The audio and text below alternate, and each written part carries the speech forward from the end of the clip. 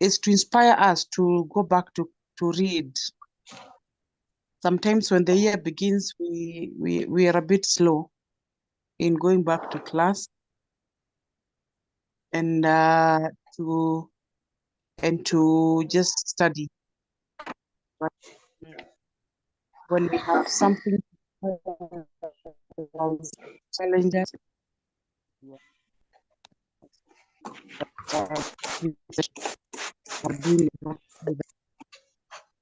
yeah, so I want us to begin, but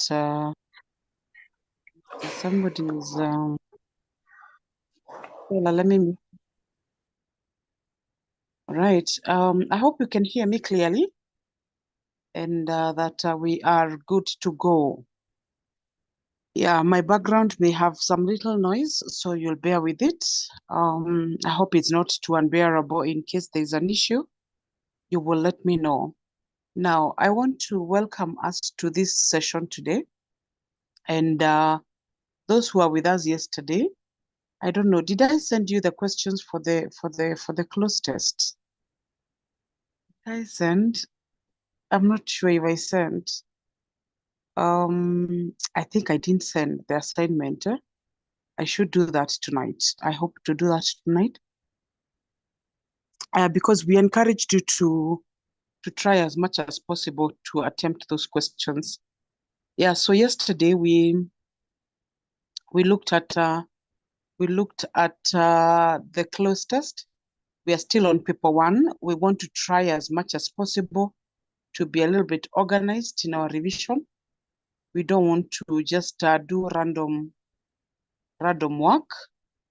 I don't know. I'm hoping that this document, I think I should have tried to turn this document. When you look at it from your end, is it imekaa vibaya? Iko sawa? Why is it in my end looking tilted? Hebu niambie kwenu inakaaje? Is it upright? Tilted. It's tilted, eh? No, it shouldn't be Yes. that. Sitatusumbua sana hiyo sasa. Let me try to rotate it because I want us to you had to rotate the phone or rotate the image.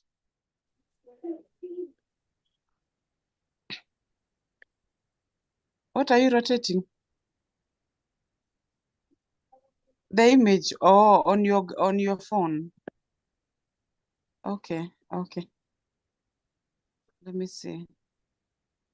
I think ni venye nilichukua. Yeah. That should be okay.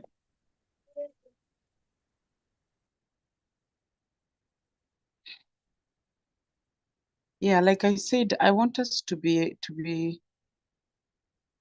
organized in our revision, because when we revise randomly, it doesn't help much.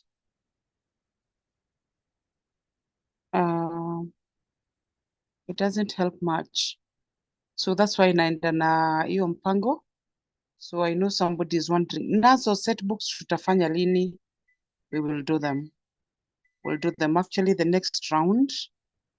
I want us to today to talk about the set books, because from next week we'll touch a bit on excerpts. I'm rotating the documents. I'll be done in a minute, so don't worry. I'm done now. Yeah, so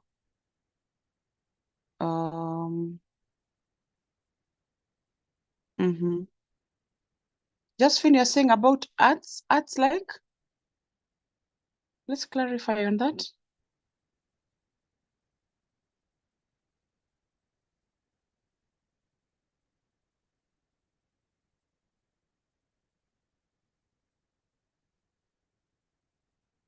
Okay, I think my document is ready.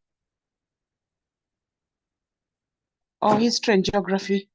Yeah, yes, the humanities, The humanities, we will have them. But I was hesitant to bring them on board right now as we begin, because I wasn't ready. I wasn't ready to deal with a large group. We have the teachers already. We have teachers already because we have a pool of the teachers who handle the holiday tuition, and the holiday tuition is vibrant, as in it's has a lot. Yeah, so we have teachers for all the subjects, including home science. All the subjects are covered. If you ever needed a teacher, I think I am the one person who should get you your teachers. There is no subject I don't have someone who can handle for you. Document may rotate. My goodness. How do you rotate this document? Wenye mna rotate mnafanya nini?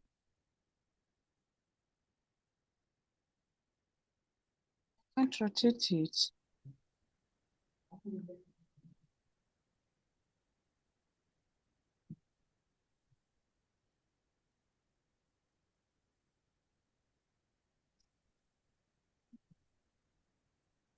Teacher, for me, I opened my WhatsApp, clicked Sorry? on the WhatsApp, on the message you sent, I clicked on one image, and then when it opens, there is a place that has some dots on your WhatsApp. When you click open the image, you'll see like maybe 3 or 4 dots. Once you click on those dots, I think when you scroll down, you'll see somewhere rotate. I don't know if it's the same. Yeah, I think the problem is because mine, I'm using it on sharing, on the share button. Okay, but it's okay, teacher. We can continue. Continue like that, eh? Yeah. I'm sorry. Mtu ashike gadget yake vizuri. Wenye mko na laptop sijui mtafanya nini. You find a way. Find a way. Allow us to carry on like that. Wacha tusumbuane nayo venye iko. I am sorry about that. I think next time I'll do better photos. But nilichukua ikiwa portrait, sijui ilienda hivi aje. All right, so let me just explain that because it's important for those who are doing from next week when we begin off with the other classes, with the classes for the paid sessions. We'll be able to make a decision how much we can handle. And for the paid, the reason why I didn't want to engage the humanities and the technicals at this time is because these are free sessions. And as much as they're free sessions, there's something that we give to the teachers as much as it's a free session, because I believe in quality. And so if you expect quality from your staff, from the team, from the people who are working with you, you need to not tell them God bless you, and then you're done, especially when you're engaging them for some time. And so I didn't want to engage many teachers at that moment because I didn't know what we are looking at. But I know from next week, we will have conversations with the ones who are carrying on with the sessions. We'll have a session for technicals. We'll have a session for history, geography, and CRE. Yeah, in the long term. But for these 2 weeks, I thought I just wanted us to do languages, humanities, and mathematics. So don't worry, we will. We have teachers on standby. We will engage them once we settle into the paid session. So you will be okay. You will be okay. I hope that question is answered. As for the set books, from next week, we will carry on with the set books. We'll do excerpts. And as we do that, we'll also revising on, we are revising on the set books especially. And I think before we are done with this session, because I don't think I have another session this week, I think we'll have an agreement on it. Whether you are attending sessions next week or not, well, I hope to see all of us there. But even if you'll not be attending, remember you still can have support here and there. And so I think we'll have a conversation about the set books once we are done. Let's have that later so that we don't get distracted from the objective of today. Please remind me before we are done that we needed to talk about the set books. Where do we begin? What is this exactly we need to look at?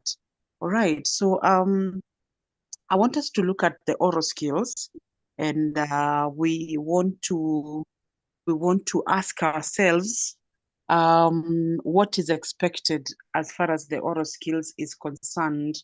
And I don't want to go into definitions what oral skills is, but I want to hope that we have interacted with questions on oral skills. Is question number 3 on English paper 1. And I will not exhaust everything on oral skills. I think I'd mentioned some time back that oral skills is one of the broadest areas as far as examination is concerned. We have so many areas where that are tested as far as just a minute.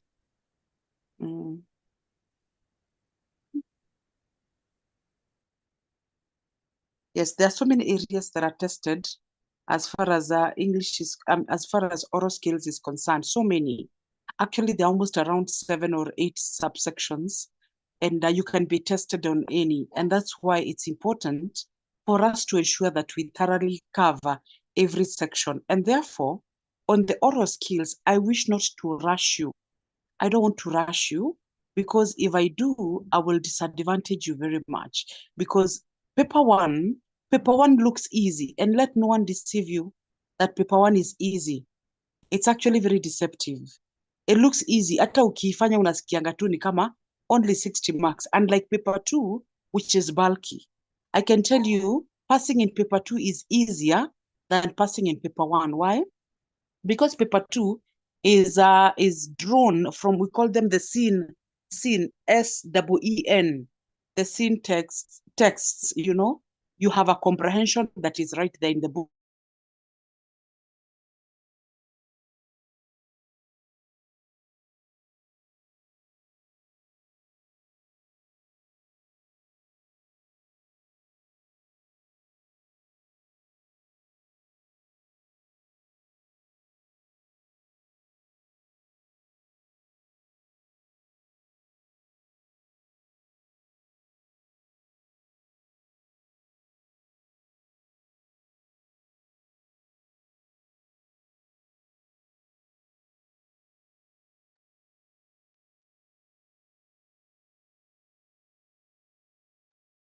I don't know what just happened. I hope my internet is not misbehaving. I'm sorry about that. I think you must have lost me for a minute. Sorry about misbehave. Okay, so we are saying that the paper 2 is a bit easier. I'm saying easier in quotes. It's a bit easier and less technical because we are dealing with the syntax. Hakuna kitu unaforsiwa ku remember so much because everything is provided for you up there. But on paper 1, that is not the case. On paper 1, that is not the case, because in paper 1, I mean, like everything have to become from memory. You have to get everything from memory. And therefore, I'm a little bit more careful with paper 1. A little bit more careful because it's so easy for you to not do well in paper 1 as compared to paper 2. And therefore, on oral skills, I want to ask us to be patient with my pace, because I want to be handling section per section, because we have around 7 or 8 sections that I would want us to look at and look at possible questions. Like, for example, when we do whatever we do, then we have every section that we do, then we have possible questions for the same. And therefore, I want to ask you, even as we carry on, make sure that you have a book, an exercise book, where you keep writing those things down, and they will form the basis for your revision. So don't be the kind that just gets into class, like we are doing right now, na wewe unasikiza tu, hata hauna pahali unaandika, nothing, you have nothing to do, write your examples we are sharing here or anything, because I can tell you, if that is how you are learning these online classes, then kuna vile you're not getting the best of it, unajiwaste kiasi. But please sit down deliberately, unless maybe when you're on the road or you're in the office or something. But again, you have the videos, go back to the videos and just look at them. Please note them down so that whatever we do, because when I cover something today, mi sitarudi hapo, nikimaliza nimemaliza. That's why you even have the recordings. So kindly, let's pay attention. And therefore, when it comes to the oral skills, I will take you step by step. It may take us a bit of time for us to finish up, but I will not rush you so that by the time we are doing the exams, you're prepared for English paper 1, the whole of it. And of course, remember, we have not finished on functional writings. Yeah, hatujamaliza. So after this, we'll talk about it, the set books. How do you want us to go about it? But let's look at the oral skills. And oral skills has got many parts. And therefore, I don't want to talk about the other parts, but I want to just talk about one part. And that is the part that I'm interested in today. And I want us to talk about the poetry part as in oral skills. The reason why I want to talk about the poetry part is because it is one of the almost guaranteed questions. I'm not very sure about you people, because we'll be doing the 2026 class. You'll be doing a poem in your in your paper 2. And so this information is relevant, not just because it's found in paper 1, but you will need part of that information in paper 2. And therefore, in paper 1, you may not get a poem as such. You may actually just find like a small passage, like an oral narrative. And I will make sure I get you an oral narrative, by the way, as far as the oral skills are concerned. What happens is that they give you like a small passage, like a paragraph, just a short paragraph. And then they ask you questions from that short paragraph. That is on oral skills in paper 1, not in paper 2, in paper 1. And I will expose you to that also, so that by the end of the day, you have the both sides of it. If they decide to ask you a poem, a poetry in oral skills, you're good. If they bring an oral narrative in this question, you're good. Or if they bring the other aspects of oral skills, then you're good. So let's look at this part for the oral, for the poetry. And I want us to ask ourselves, what are the common features, or what are the common questions that are tested in this part of oral skills? And please note the following questions down, because they are very few. They're actually very few, and please note them down, because I want you by the end of this lesson to ask yourself, have I been able to answer those questions? Have I been able, it is the only way you're able to know, have I been able to achieve the objective of the day? Number 1 is that you need to note that on the oral skills part of this poetry, of this part of oral skills, it's very short. That poem kanakuanga very short. Si kama ya paper 2. Poem ya paper 2 huanga very long. Ni long, na unaulizwa maswali funny. Not funny, let me not say funny. Maswali zile za, what is the subject matter of the poem? Who is the persona in the poem? What is, the themes are in the poem? Those are the questions you are asked in paper 2. Tukifika hapo kwa paper 2, mtaona, because that is part of the things that we will do. Poetry, we will be looking at poetry. But now, in the poetry in paper 1, please note, it has very specific questions. In fact, karibu ukuwe na Mwakenya. And one feature that you need to note is that in most cases, kanakuanga very short, unlike the other one. And you're asked the following questions. Number 1, you will always be asked to identify the sound patterns in the poem. Identify the sound patterns in the poem. I hope you're writing down, eh? Okay. A question that you'll always find on oral skills part of that poem, identify the sound patterns in the poem. So the question is, do you know what are sound patterns? What are sound patterns? Are you able to identify them? Are you able to give an illustration? Are you able to give an example in every sound pattern? We will be coming to that. Number 2 question that you will be asked is, what is the rhyme scheme? Describe the rhyme in the poem. You could be asked, which are the rhyming words? List down the rhyming words in the poem. How do you write the word rhyme? It's R, is it Y or H? Y-M-E. R-Y-M-E. I hope I'm right. Huh? Yeah. So it's on rhyme. Does it have a H? My goodness, I'm not sure. Yeah, teacher, it has a H. It has a H, eh? R-H-Y-M-E. R-H-Y-M-E. Y-M-E. Thank you. Mjue mna deal na mtu mwenye have had a long day. Thank you. RHYME. Thank you very much. So one of the other things that therefore you need to familiarize yourself with everything about rhyme. Unajiuliza, nikiulizwa rhyming words, am I able to identify the rhyming words? Nikiulizwa, nikiulizwa which are the rhymes to the rhyme scheme, am I able to come up with the rhyme scheme of the poem? If I'm asked anything about the rhyme, am I able? So that is something that you need to prepare as far as oral skills of this question is concerned. And question number 3 that you will be tested on, you'll be asked, how is rhythm achieved in the poem? And remember, you'll not be asked all of them, eh? Yes, thank you, Josephine.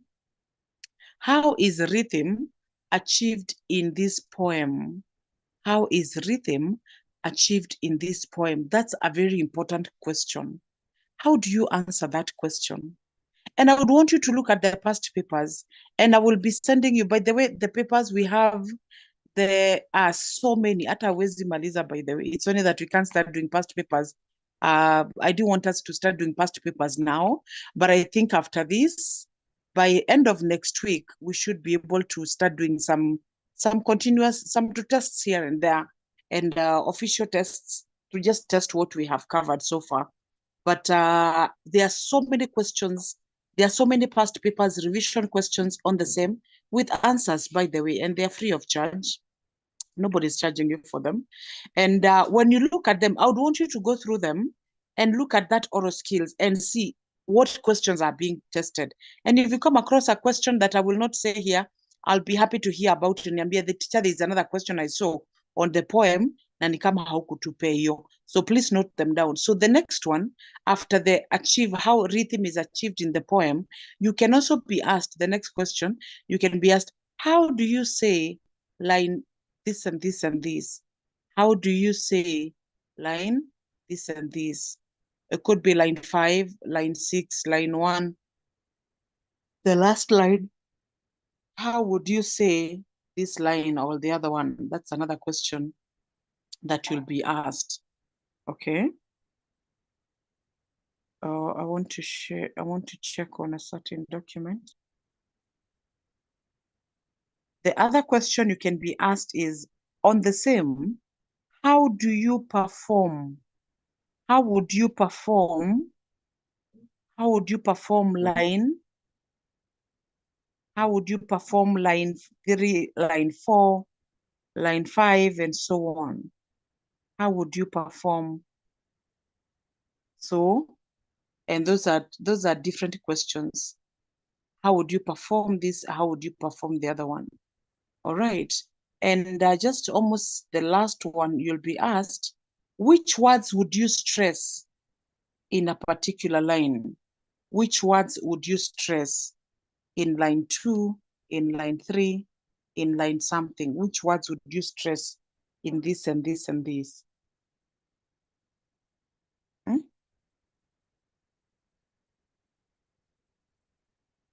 All right. I hope you can hear me clearly.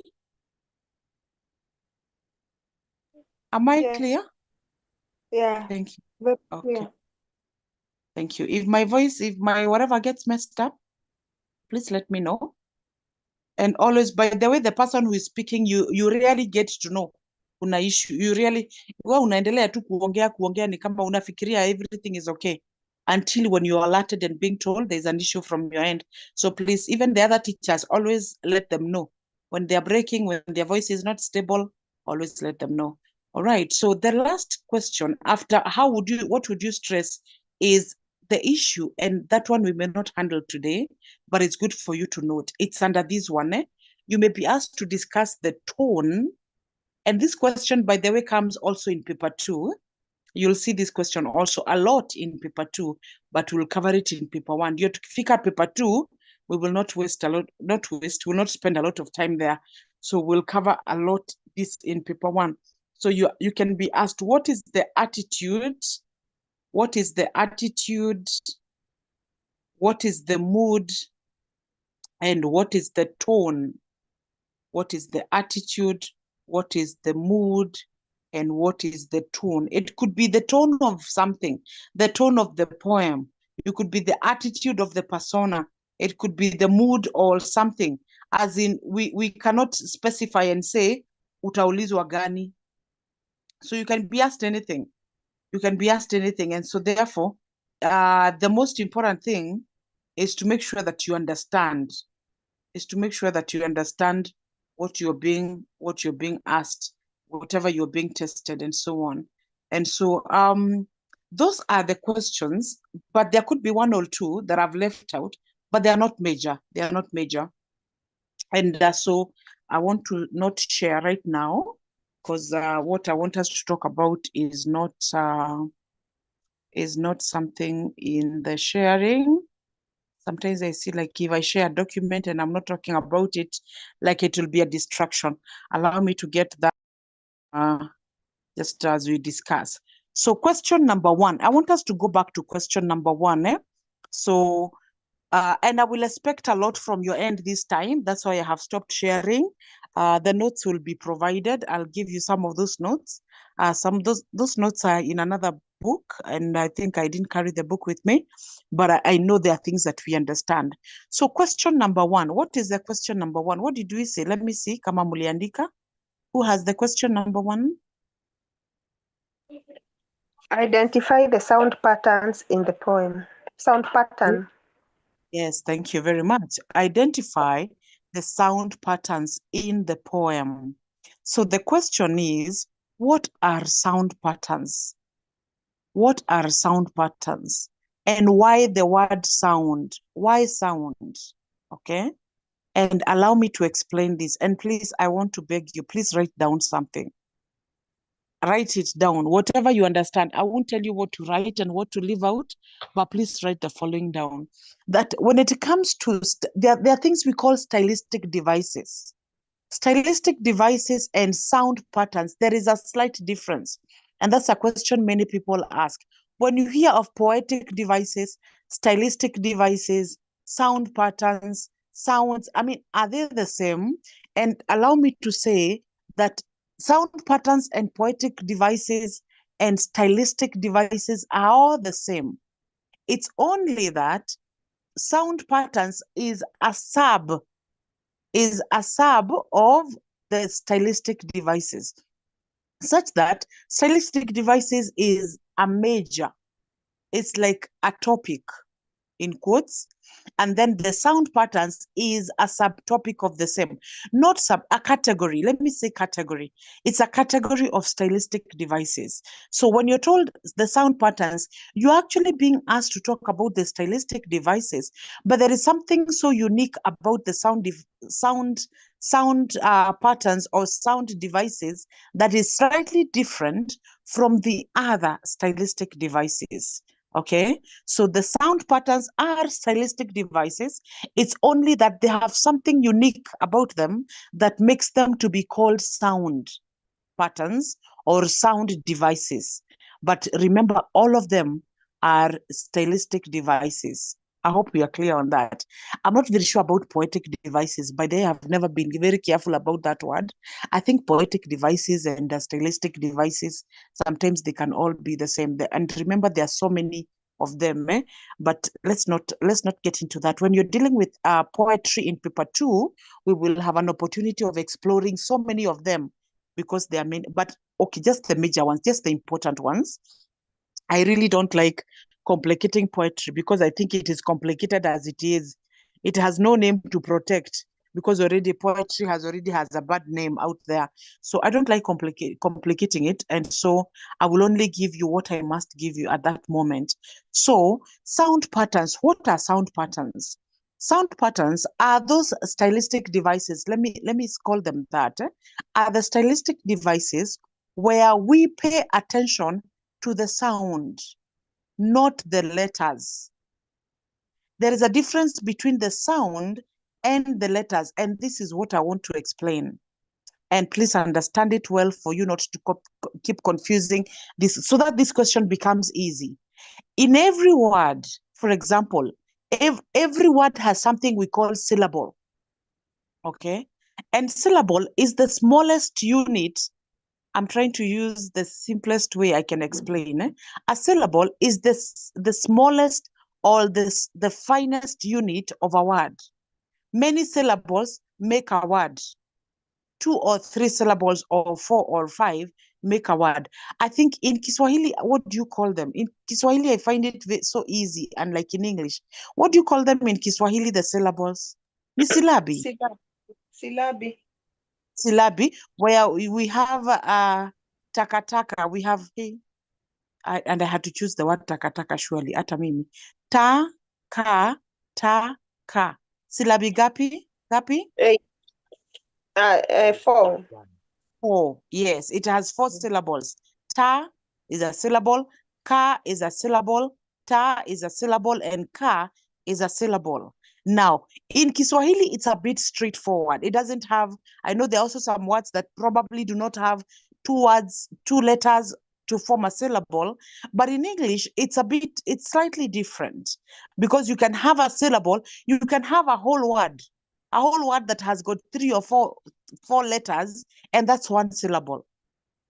You can have just 2 letters, and those ones is a 1 syllable. You can have, there's some words that have many letters, and they end up, you say it has 1 or 2 syllables. So in English, it's slightly different. And it's the same thing, like, for example, and one of the ones I like to give, which is easy, for example, when you're dealing with 2 syllables, like the word like paper, like the word paper. Maybe you can write it down and just check. Well, how many syllables does the word paper have?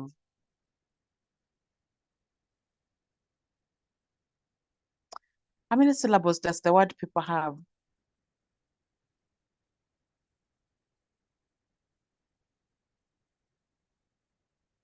Sasa tunasoma mpaka grammar. Aha, 2, James. Somebody is also saying 3.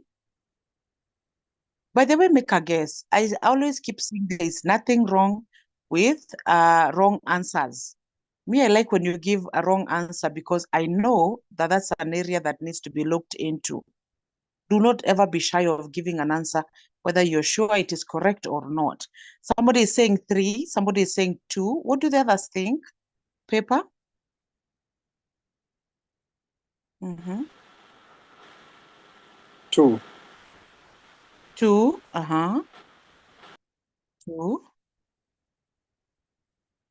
Now, the word paper has got 2 syllables, okay? Pay. Dombi, did you say 22? Pay. Okay, and pa. No, Pay. I wanted to write 2, then it can double click. It's okay. Pay, pa. Pay, pa. We are looking at the syllable. How is it being pronounced? Not the letters. We are not looking at the letters. For example, a syllable, if someone can, maybe somebody, allow us to do a bit of grammar. Yes, I know we are doing oral skills, we are doing poetry, but allow me to take it in this line so that to elewe where we are coming from. Because now that means on another day, when you're dealing with other things, we may not have to come back to this. Can somebody check for us the meaning of the word syllable? You can Google and then post for us on the chat. Sasa mimi, my students know, I don't write on the board, by the way. I tell them, you're the ones writing an exam. Mi hakuna mahali nawaandikia kwa board. Nyinyi ndio mnaangalia meanings, alafu mnaniambia na mnaandika kwa kitabu yenu. So, ebu someone give us the meaning, check for us what a syllable is. You can just Google. Because if we understand what syllables are, it becomes easy for us to understand about the sound patterns. And you're sure any question utawahiulizwa mambo ya sound patterns, even in paper 2 utakuwa sawa. I'm waiting for somebody to give us the definition of a syllable. Just copy paste.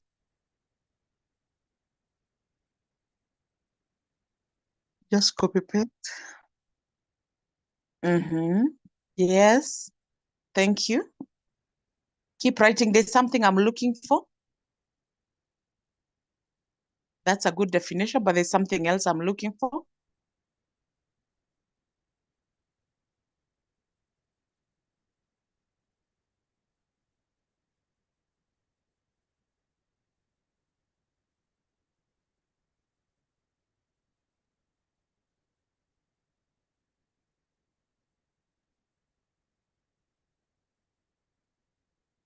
Uh-huh. That's okay.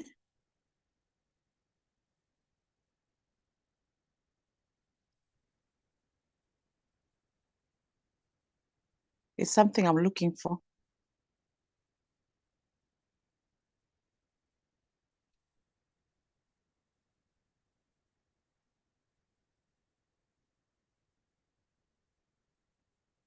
Yeah, thank you. Uh-huh. Thank you, Caleb Victor. Okay. Okay. Let's look at that definition that has been given by Caleb Victor. It says a unit of pronunciation having one vowel sound. That is what I'm looking for. Please note that. Yes, it's window. Okay. Yes, you can read, Josephine. Please read for us.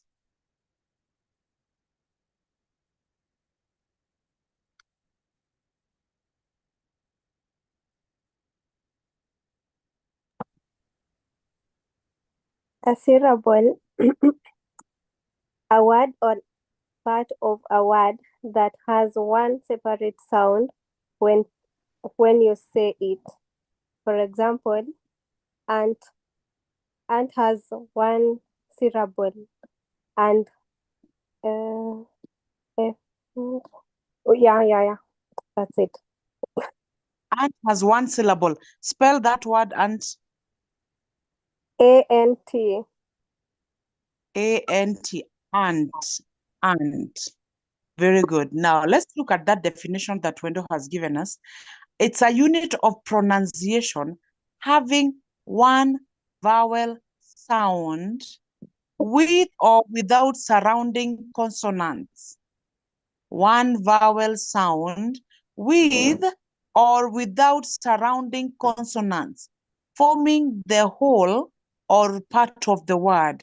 For example, there are two syllables in the word water, okay, and 3 in the word inferno.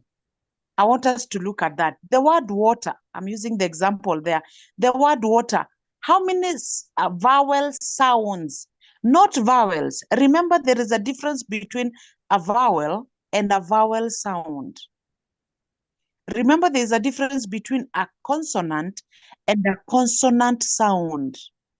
There is a difference. I remember when we were in grade what? In PP1. Is it PP1 or grade 1? Kale ka kitabu ka sounds. Kako grade what? I don't know whether we still use it. My children were using it when they were younger. PP1. I don't know. It's PP1, eh? Yeah. Ile sounds, eh? Yeah, sounds are E-I-O. Sound and read. E? Sound and read. Yes, good. Thank you. I was looking for that name, Sound and Read. Yes, the Sound and Read, that is a very important book for us, by the way. It can be used as a course book. The sounds, because like us, when we are growing up, maybe I know that Akina Hope will not even understand what I'm talking about. We never knew about the nini, those buku, izo. We only knew I or wo, just that. We didn't know that we knew capital A, small small for apple, you know, those ones. We didn't know that abu could do iso. We learned them later. Now the A for apple, that is a consonant. But boo, B for boy, B is a consonant, but boo is a sound. And so therefore you must be able to be clear that what we're talking about is a vowel sound or a consonant sound. What is it? Is it a vowel sound or a consonant sound?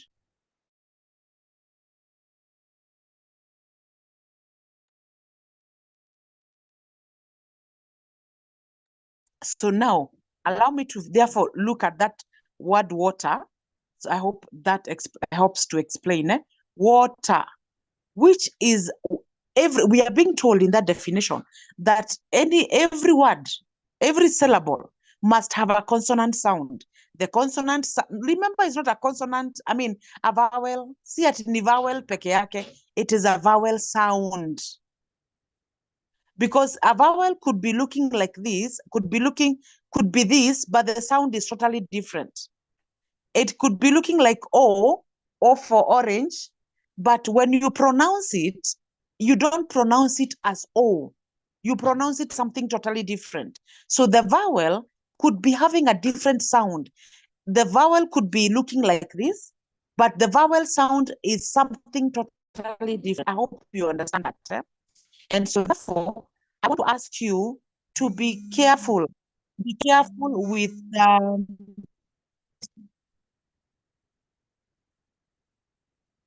give me a minute. Using a vowel sound. So water, wa-ta, wa-ta. Which is the vowel sound in the first? We are told there are two syllables, wa and ta. Which is the vowel sound in the first syllable? Somebody help us. Which is the vowel sound in the first syllable in the word water? Oh. Oh, war, oh. Okay. War. It is not a. There is no syllable, there is no vowel sound like a. As much as there is the vowel a, the vowel sound is o, o. I hope you're getting my point. Eh? I'm trying to use that to explain. Hey, munanielewa kweli? If you look at the other syllable, ta, wo, ta, which is the vowel sound in that syllable?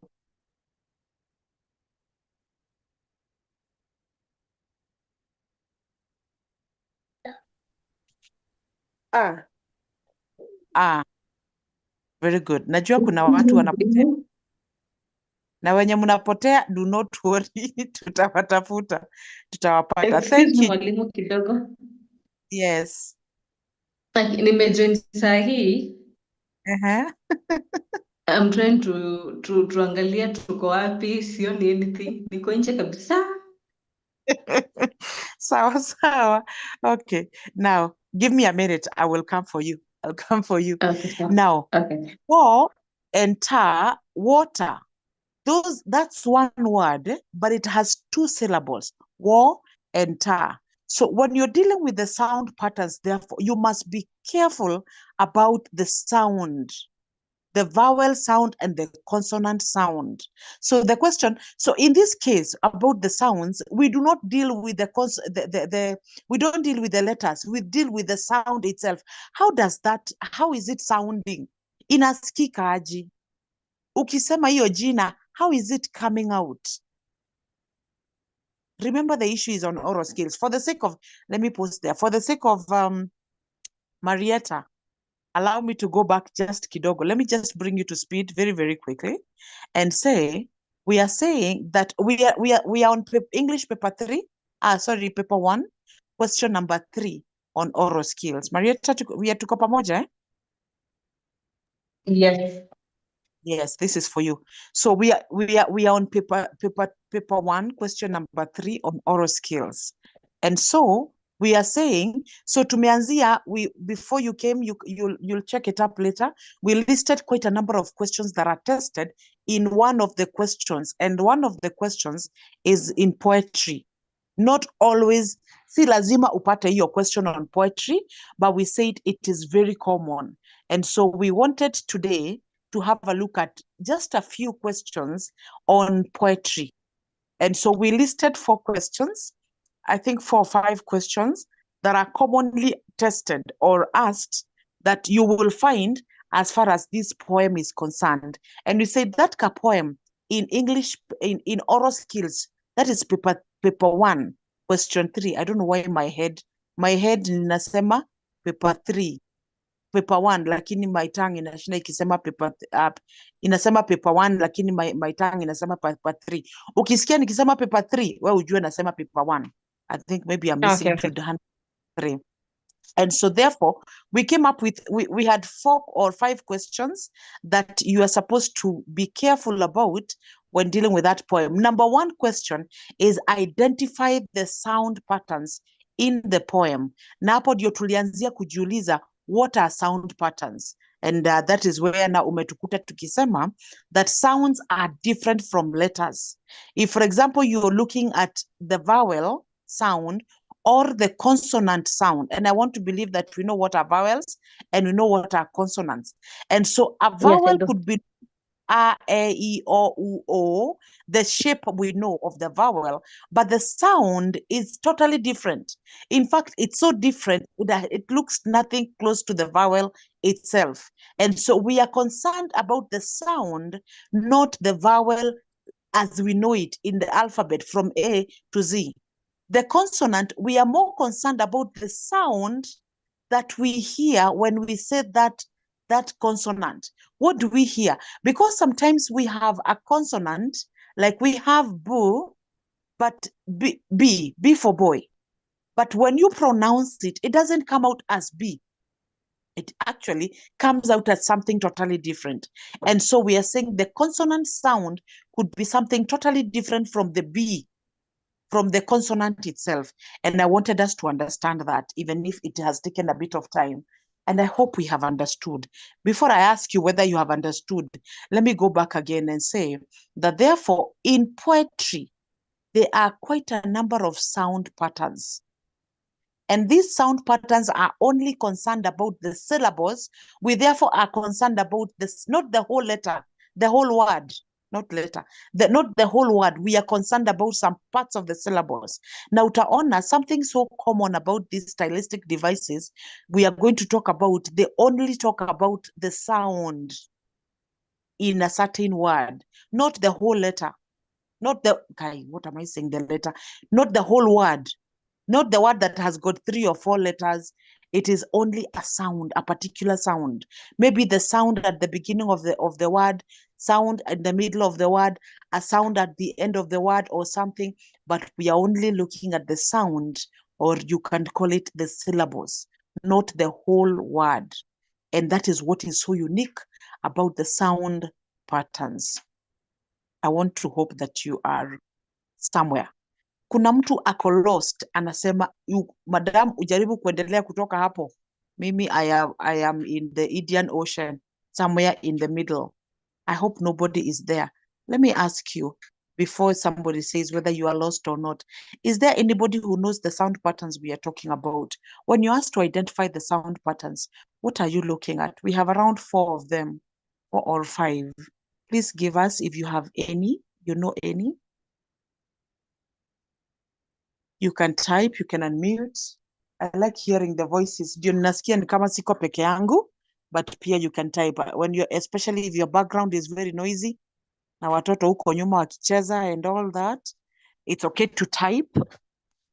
But if you can, if your environment is not very noisy, we'll be happy to just hear you speak. Do you know of any sound pattern? Even if you're not sure, just write it. Just tell us. I'll let you know whether it's correct or wrong. Aha, thank you, Wendo. Hey, Wendo na wewe unatupea zote. Ama, oh, Domi. Aha, thank you. Thank you.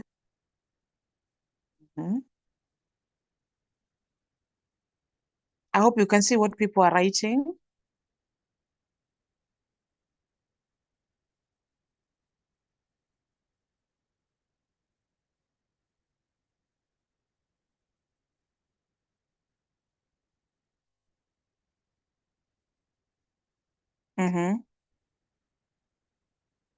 Yes.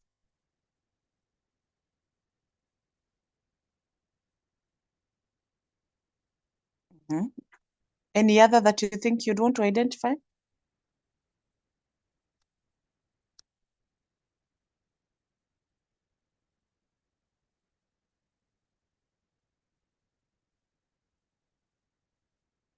Very good. Please write those down. Write them down as they appear because they're all correct. Write them down. I want us to discuss them because they are important. They are part of the things I want us to cover today.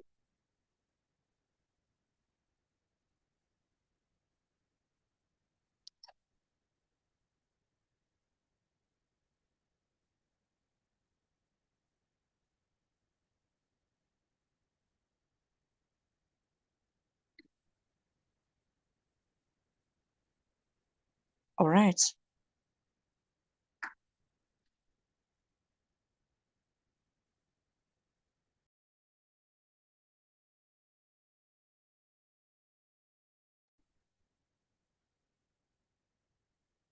All right.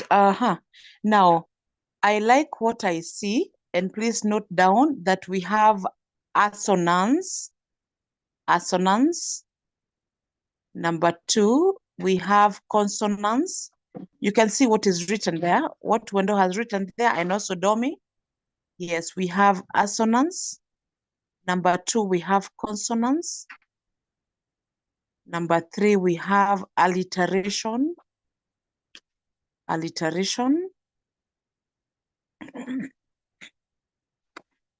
And number 4, we have rhyme. We have rhyme. We have rhyme.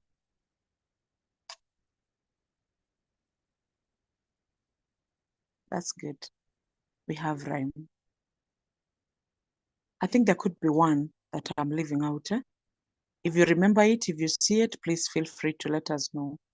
Now, let me ask you, in all honesty, so that we don't repeat things and I don't emphasize things that probably you are comfortable with. In those 4, especially, and somebody will ask, I know somebody will ask, what about repetition? I will tell you why repetition is not in this category. James, I want to imagine you're talking about rhyme, eh? Ni part gani, which of these 4 that you feel, sahi ukiletewa poem, sahi kwenye uko, venye uko sahi, wacha later on after nimekufundisha, sahi kwenye uko, ni any of these that you don't understand much, as in inakusumbua sumbua tu, or you have no clue what it is. Ni gani unasikia hauko sawa nayo? Nisirudie vitu zenye probably we are all fine with it. Are we all fine with assonance? If you asked what assonance is, are you comfortable to tell us? Unaweza to explain here. Alliteration, do you know what it is?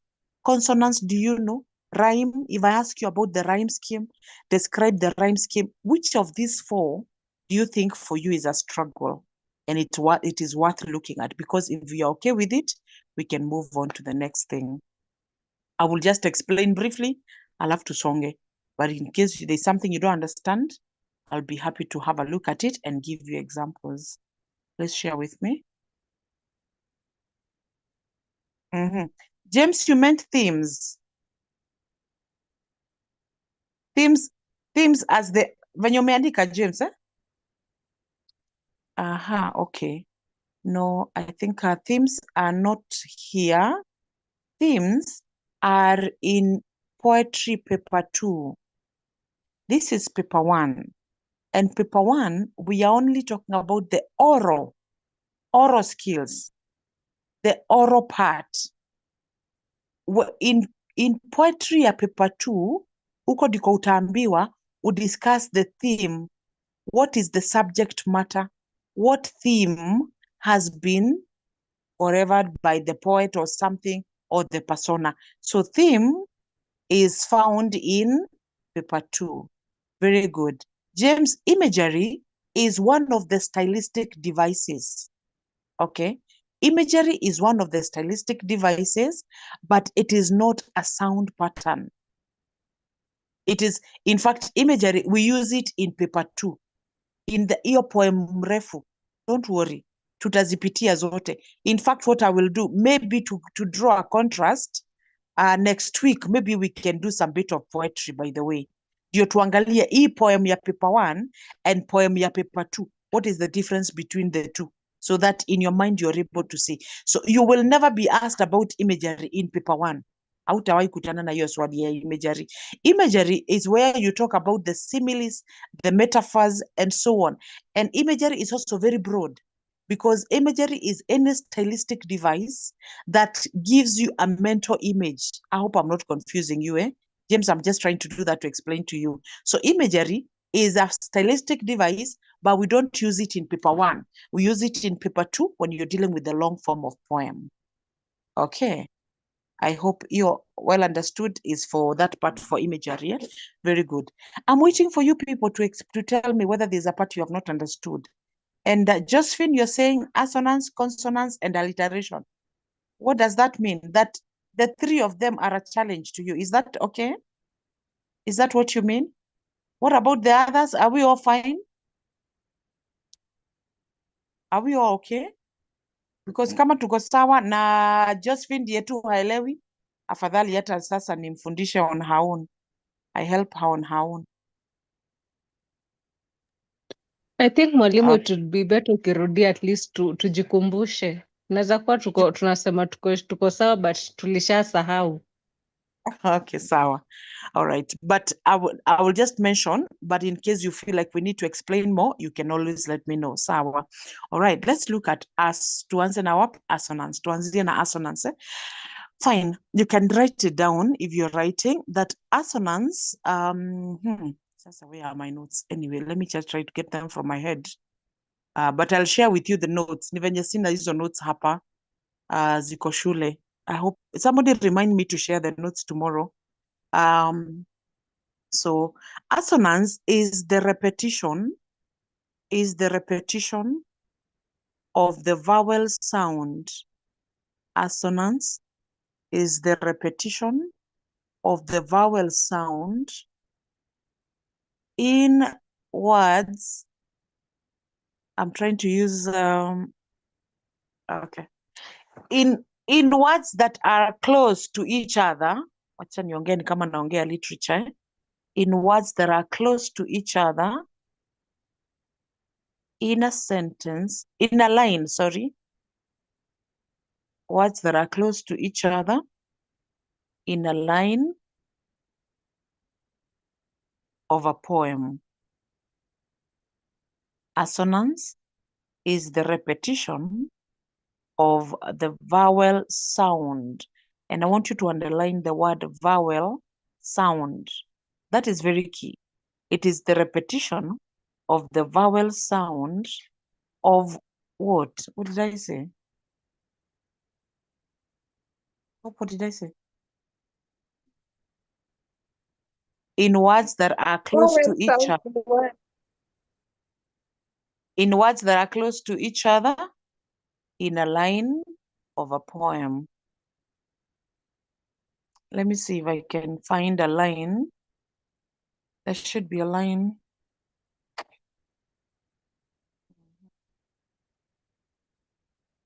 Yeah, let me share this poem very quickly. Itatusaidia ku identify them very quickly. Oh, sorry.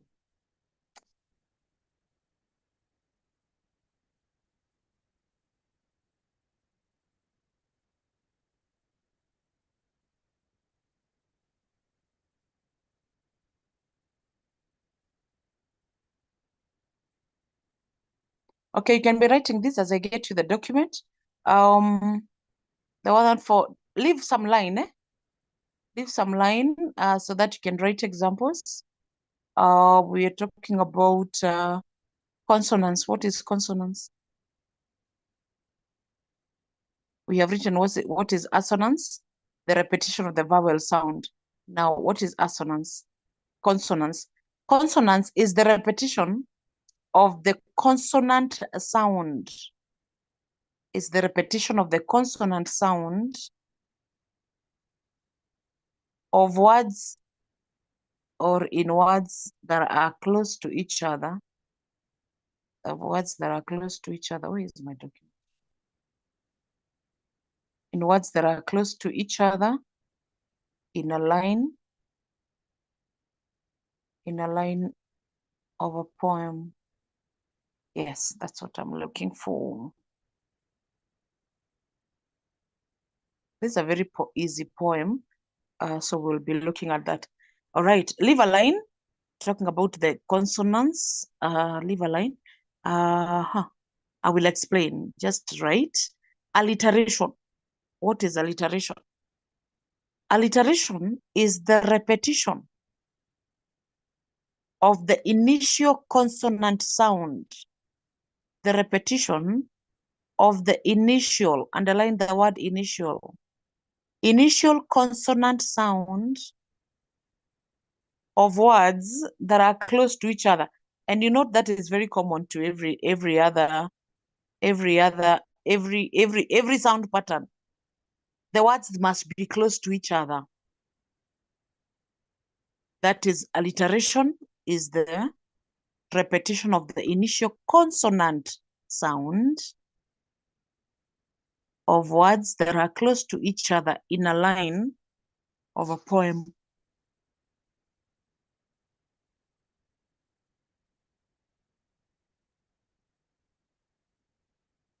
And finally, what is rhyme? What are rhyming words? When do we say there is rhyme? Rhyme is hey, how do I define this?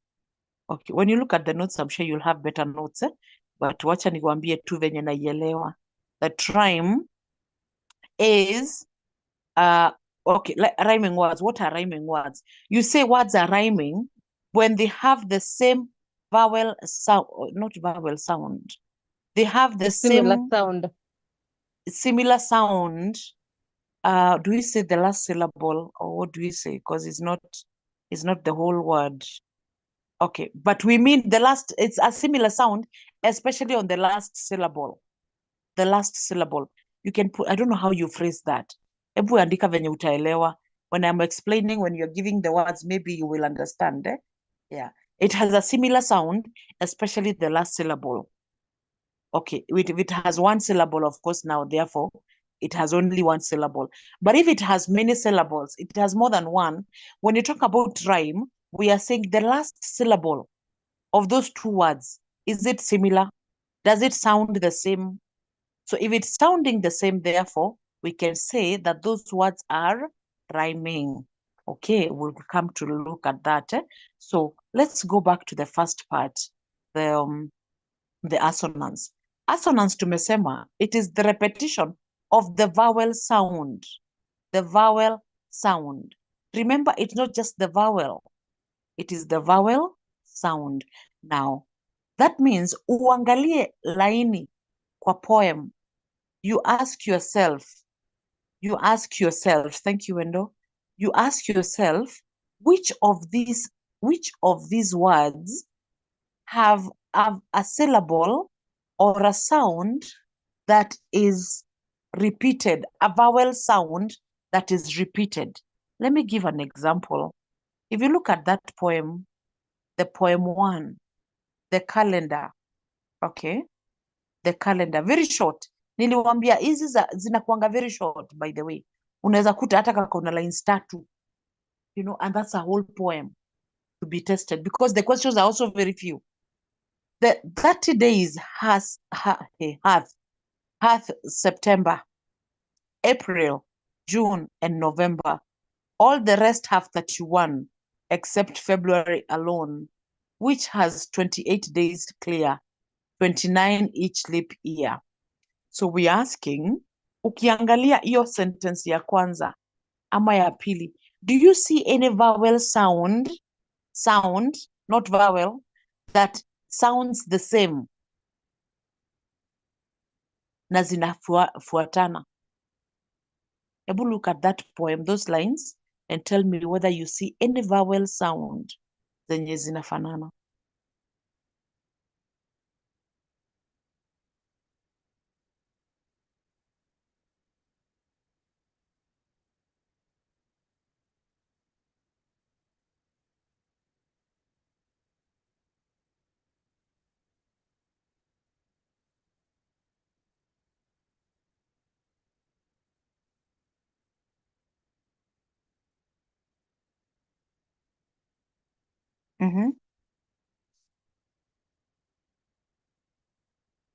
Take your time, by the way. Don't feel pressured.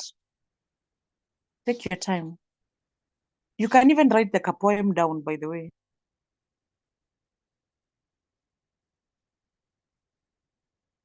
And I can see your attempt. Thank you.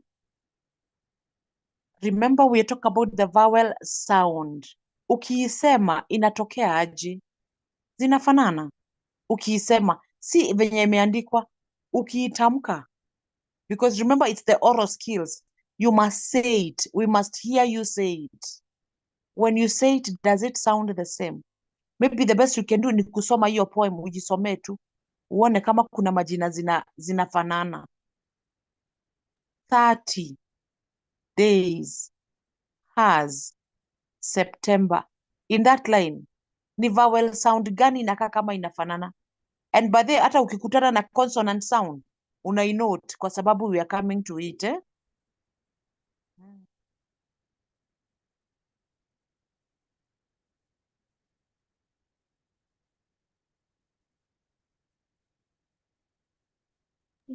That and has. Mm-hmm. The R in ER.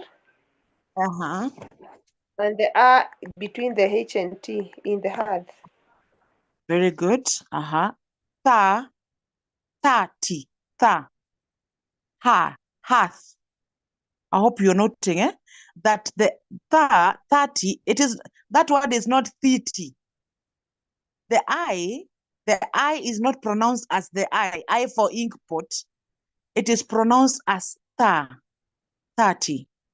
Then there is a word that follows, and that word is days. And the other one that follows is hearth. Just a minute.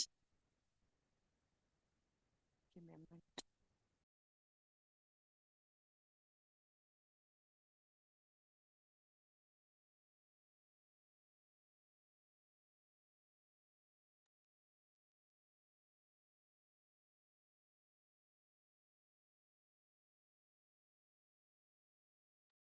All right. Thank you, Domi, for identifying that. Eh? So please, now, kindly, I don't know how you do that, but let me try and let me pick that for you. Mm-hmm.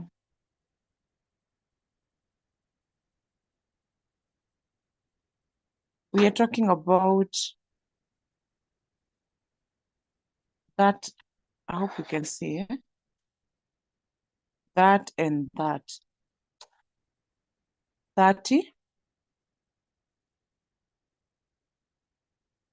30 and hearth. So the I and the R have vowel sounds that are the same. As much as they don't look alike, the I for inkpot and R for apple, those are two different vowels, but the sound is the same. So when you're asked to identify the assonance, therefore, you will identify. So in your answer, by the way, in your answer now, what you do is that you write the word 30. I'm writing again. Let me see if I can write for you better way.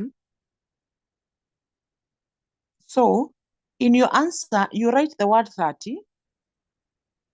So big. 30.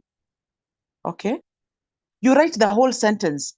30 days hath September. And then you underline hivyo. Unaona venye nime underline 30. And then you write days, unachana na jina days. You're writing as a whole sentence. Then you write hath. And then you underline iyo. Ha, the A. Oh, is it visible? I hope it's visible. I'm trying to underline A. So what you are saying is that you are showing that the vowel sound is the A. And when you do that, and when you in fact when you look at that, 30 days hath September. September. So this September. Unaona hiyo September, eh? Yeah. So what we are saying is that there is assonance, the repetition of the vowel sound. And I'm sure, I want to hope as you look at the other lines, let's see whether we can, there's somebody else who had given something else. Let me see what they had said. Hope had said something. Let me note it. Hope had said E. or A in except and February. Except and February. Let's look at that. All the rest have 31 except fe. Except and fe. Are they the same? Se, fe. If you, I hope you can hear, you can see the oral aspect of it where lazima uiseme. Uiseme ndio uisikie. That is why we are calling it under oral skills, because we are dealing with the sounds, and the sounds you have to produce them. So the except, fe, those are vowel sounds. And so those vowel sounds, so what you do, you come in your answer, you write that whole sentence, except February alone. And let me also raise something here. If you look at that line, except February alone, the E ya mwisho ya alone, does it sound the same as E ya February na E ya except? Is it the same sound? No. A and E. Very good. I hope wale wengine wanafuata na venye tumenyamaza. Ayai. Naweza jikuta hapa. Guys, are we together? I hope I've not lost you. Domi, najua tuko pamoja sana. Yes, Josephine, thank you. I need to know that we are with you, eh? Yes, please, usikubali niende sana niwaache nyuma. So if you look at that sentence, except February alone, so alone, it is a different sound from the ya February and ya except and ya, you know. So ukiambiwa identify the vowel sounds, usiangalie tu useme hii vowel ina hii na hii zinafanana. You must say it and hear it coming out sounding the same. I hope we are together. Ebu niangalilie kama unaweza ona kengine kamoja tu. Do you see any other assonance? Ndio twende kwa consonants. Acha niwatolee hiyo.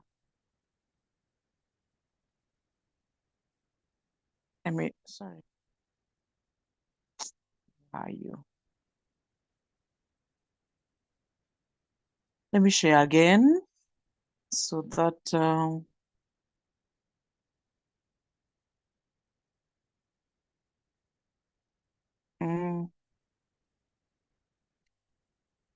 let me also bring something that is easier for us.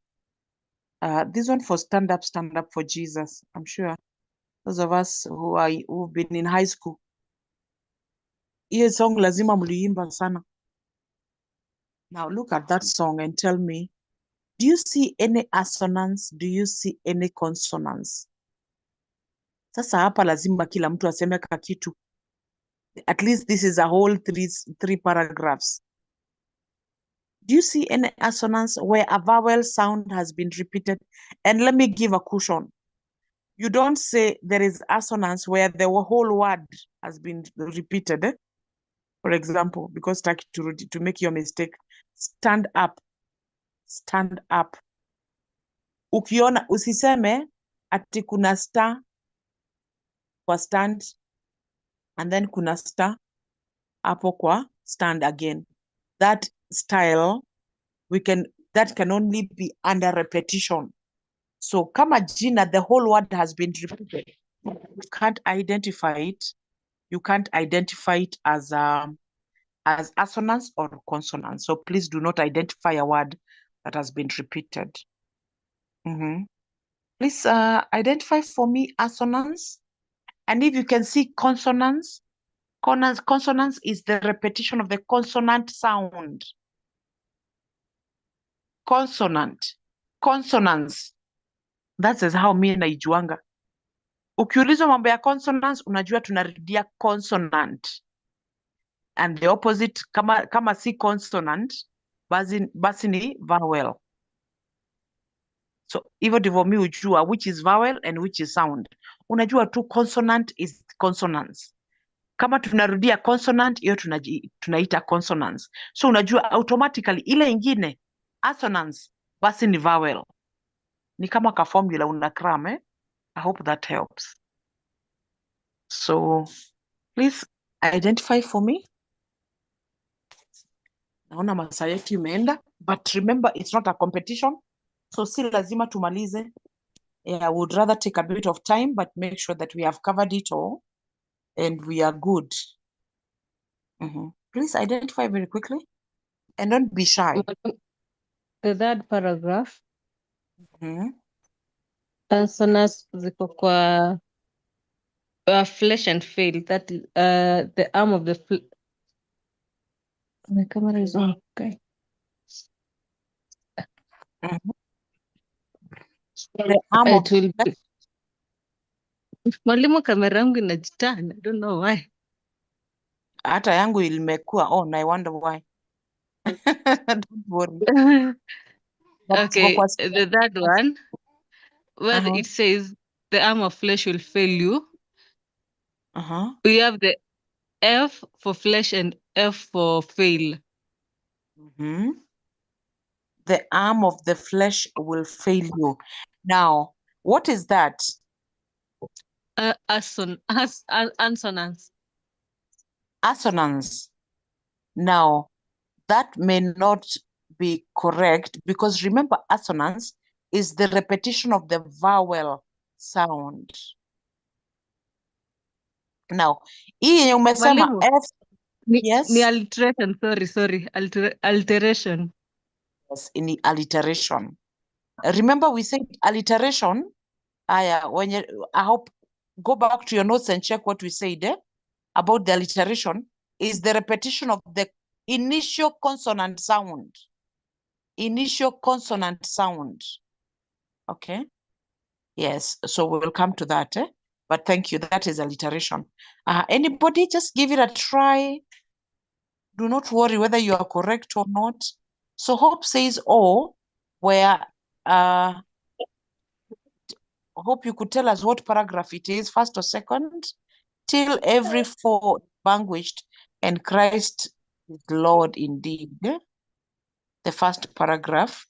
All right, let's look at the first paragraph where she says, till every foe is vanquished, every foe is vanquished, and Christ Lord is indeed. So Hope, are you saying the foe, the O sound on the foe, and the O where? Which other word? Hope is saying that we have till, Wendo is saying, till every foe, I hope we are all there, and then is vanquished, and Christ is Lord indeed. Now, Hope that is not okay for two reasons. Number one, foe and Lord ziko mbali sana from each other. Remember we said that for anything to qualify in those sound patterns, the names must be close to each other. We only allow a space of one word or two if, for example, they are prepositions, pronouns, those two small words. So kama, for example, ingekuwa for is Lord, hiyo ingekuwa sawa, or zimekaribiana. So this yako, till every foe is vanquished and Christ is, zimeachana sana. So that is number one, why it is not correct. Number two, every foe, and Christ is law. I hope you get the point. Foe and law. It is not foe and law. That word is not Lord, unless when you wanasema praise God.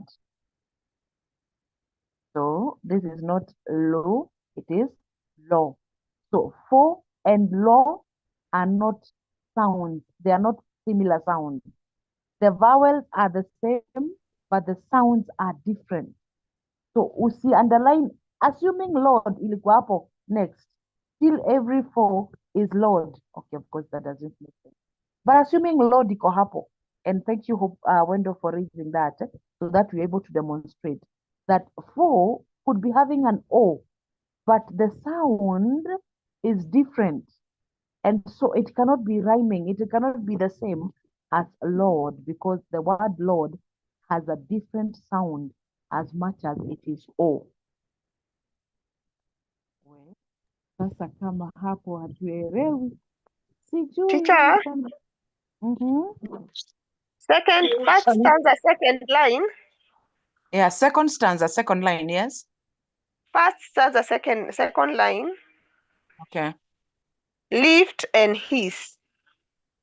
Assonance. Lift his royal banner.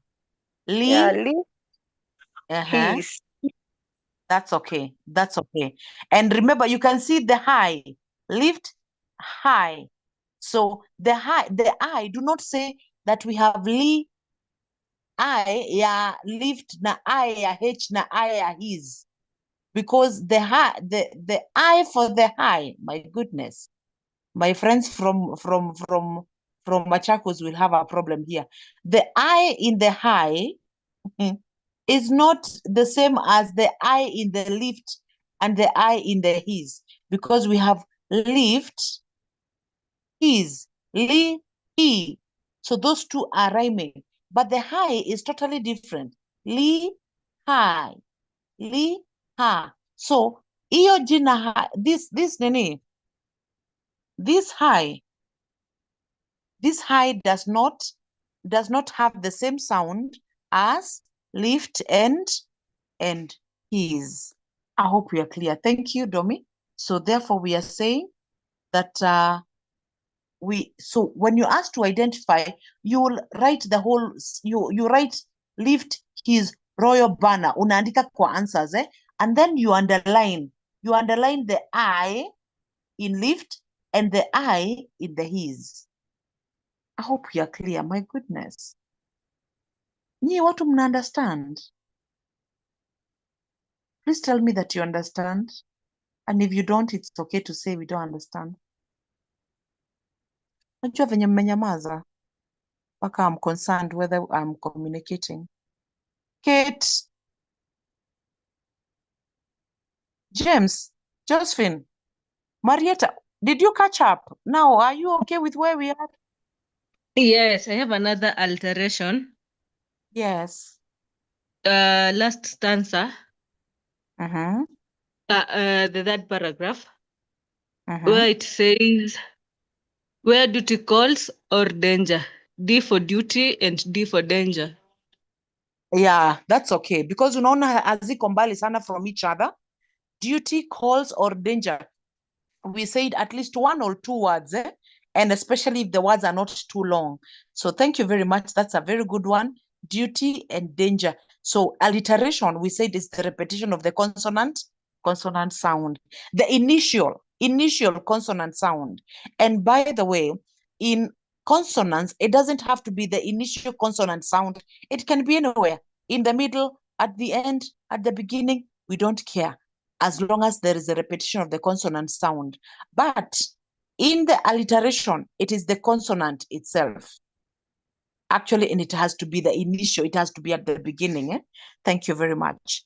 Mi najiuliza, if tukiachia those two hapo, those three, are we able to like pick them somewhere? Is it okay if we move on? Yeah, Caesar, you're trying to? Yeah, please do. And if you get lost, let me know. But we'll be doing more practice. Kuna mahali haujaelewa, Caesar, maybe I can help.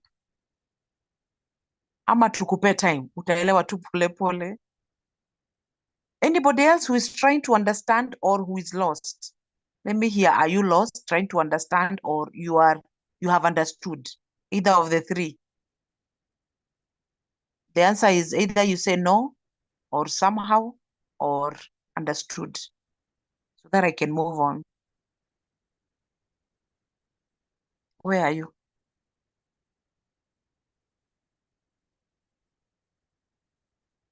Somehow, okay, understood. And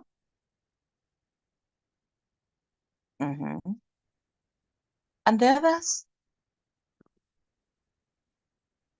Understood. Okay, Susan. Okay, Josephine. All right. Good. Now, when hatujaelewa kabisa, do not worry. Remember we said some of those things will be done tutazifanya offline. we'll do them offline. And we'll do practice, and even at an individual level, nitakusaidia. And especially if you're able to do those exercises, fanya tu, unitumie.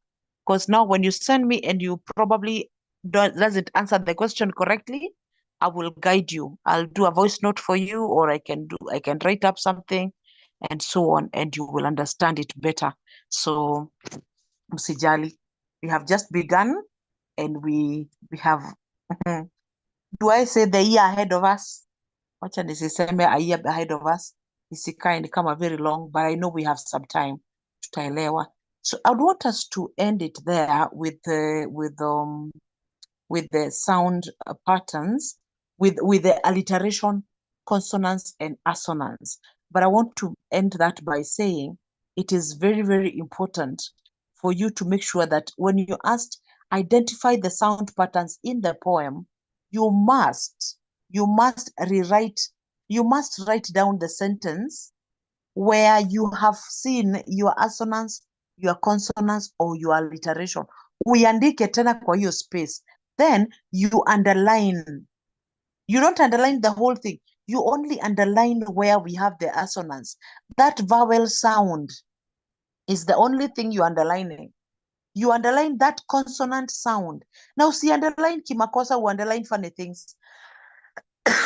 If, for example, you say lift high is royal banner, you underline pia aya high, you get it wrong, because whatever you have given as an illustration for assonance, you have picked a wrong word.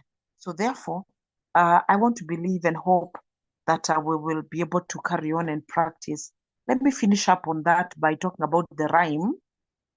Ndio tumalizane na hiyo question number 1. Unaona venye hizi vitu ni mingi. Usijali. Mtu asikuambie that English is easy. At English is very easy. You don't even have to revise. Hiyo kitu unakalia tu exam, utaanguka. Yeah, there's a lot that needs to be done, especially a lot of practice.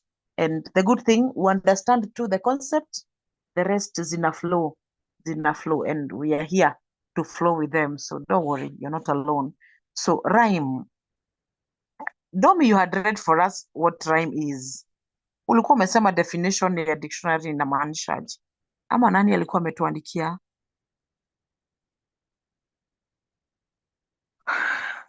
Nani alikuwa ametuandikia rhyme? Rhyming words, rhyming words.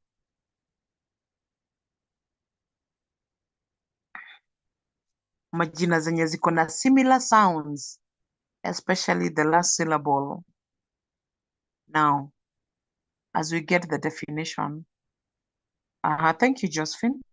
Correspondence of sound. Sorry?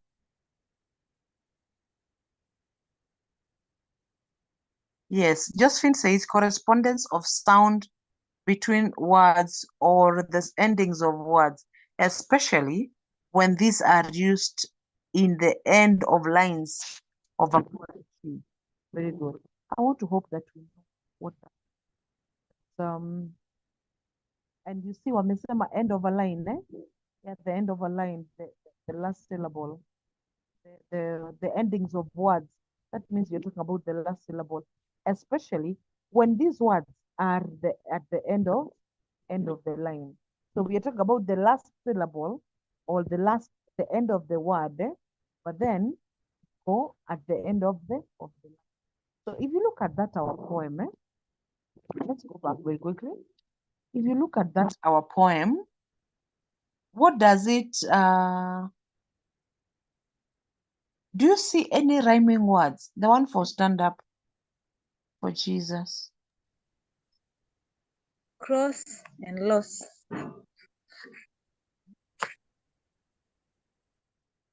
Yes. The ones that sound the same. Cross and loss. Very good. Any other rhyming word? Obey and Lead. Sorry? He leaded indeed. Yes, lead and indeed. You can see the last syllables venye zina sound. He will lead, indeed. Yeah, zinafanana. Any other? Obey and day. Yes, The thank you second very paragraph. And Obey. also prayer and there. Prayer and there. Very good. Pause or pause. Pause or pause. Yeah, though I think hiyo walifunga issue sana, but I think it was the attempt to come up with the rhyming words. Pause or pause. Yeah, iko hiyo ya mwisho, the last ones. I know it can be challenged on the definitions of a syllable, the vowel sound and the consonant sound. I know it can be challenged, but nevertheless, it still has a point. All right. Now, one of the things that you must do, you must be able to identify which words are rhyming. Just when you're saying alone and on, that is okay. So not all the poems are like this. This is easy and this is straightforward. And you will be looking at the other poems. I'll send you other poems. You'll also do quite a number of exercises on other poems. And by the way, I wanted to suggest our school will be doing exams. We'll be doing our open exams. We don't do immediately after tumefungua, but we take a bit of time. So this month of February, we'll be having our open exam for both the Form 3s and the Form 4s. I was thinking, would you want to try to do those exams and see how you score? Just for the sake of it, just even to test yourself. Ufanye za Form 3 na pia ufanye za Form 4. Remember, hiyo Form 4 ni kazi ya Form 3. Na hizo za Form 3 ni kazi ya Form 2 and maybe Form 1 and so on. So hakuna kazi ya Form 4 unakuwa tested. I was thinking that for those who would be interested, hii siwezi force watu, by the way. Ni wewe tu, kama unataka uniambie, ningetaka. I will get you the papers. But sasa for the marking itabidi nizipate so that I can get the teachers to mark for you, and then we give you feedback. And remember, because we said maybe one of the reasons why we struggle with our exams is because you have the content, but the how of answering the question is where we are struggling. And so when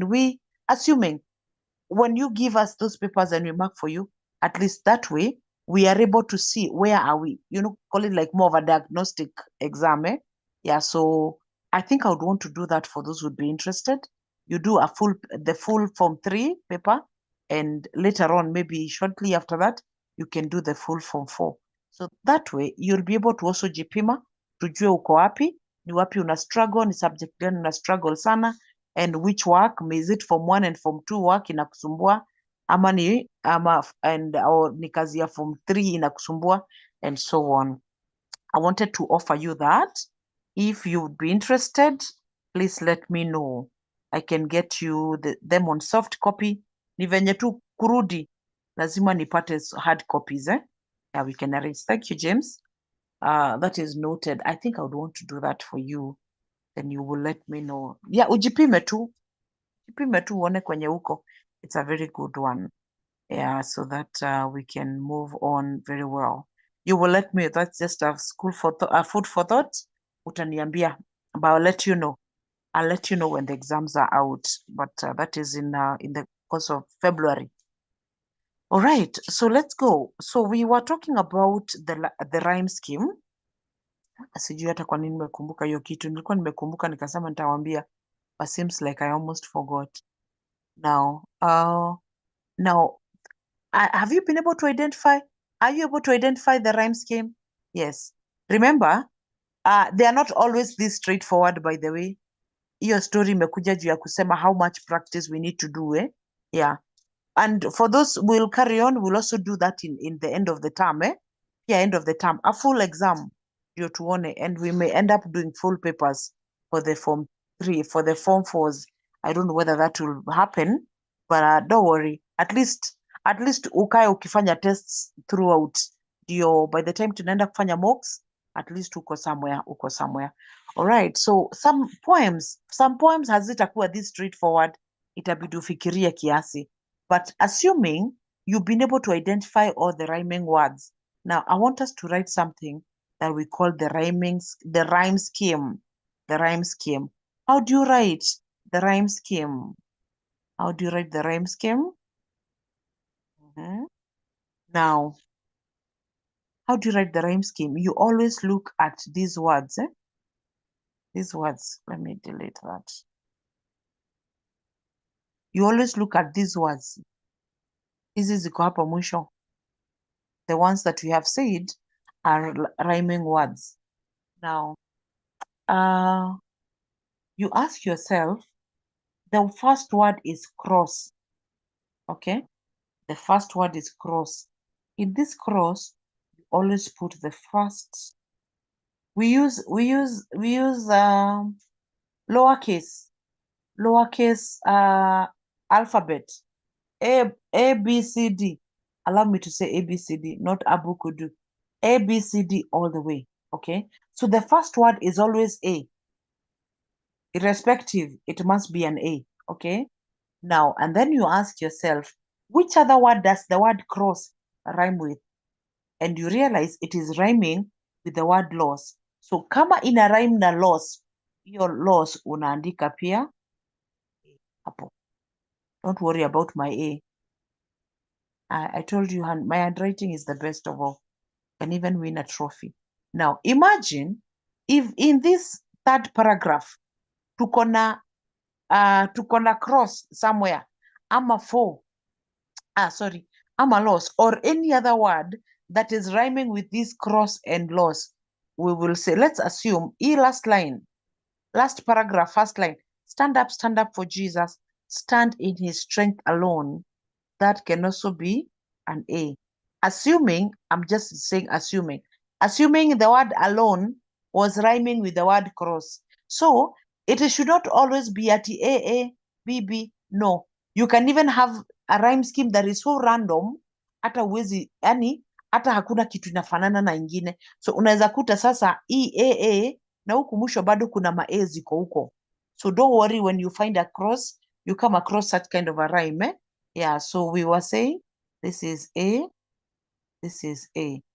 Okay, and then let's go to the next one. Lead, after andika hivyo, lead is B. The second one, oh, B. Which word is rhyming with lead? Kasema ni indeed.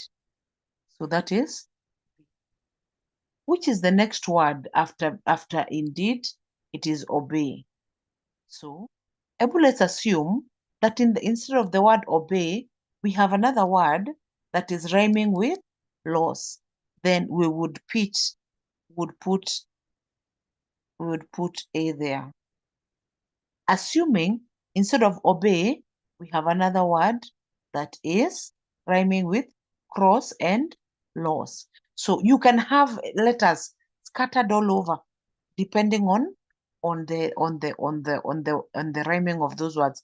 So, but now it's not rhyming. So we have that as C, and that is small c.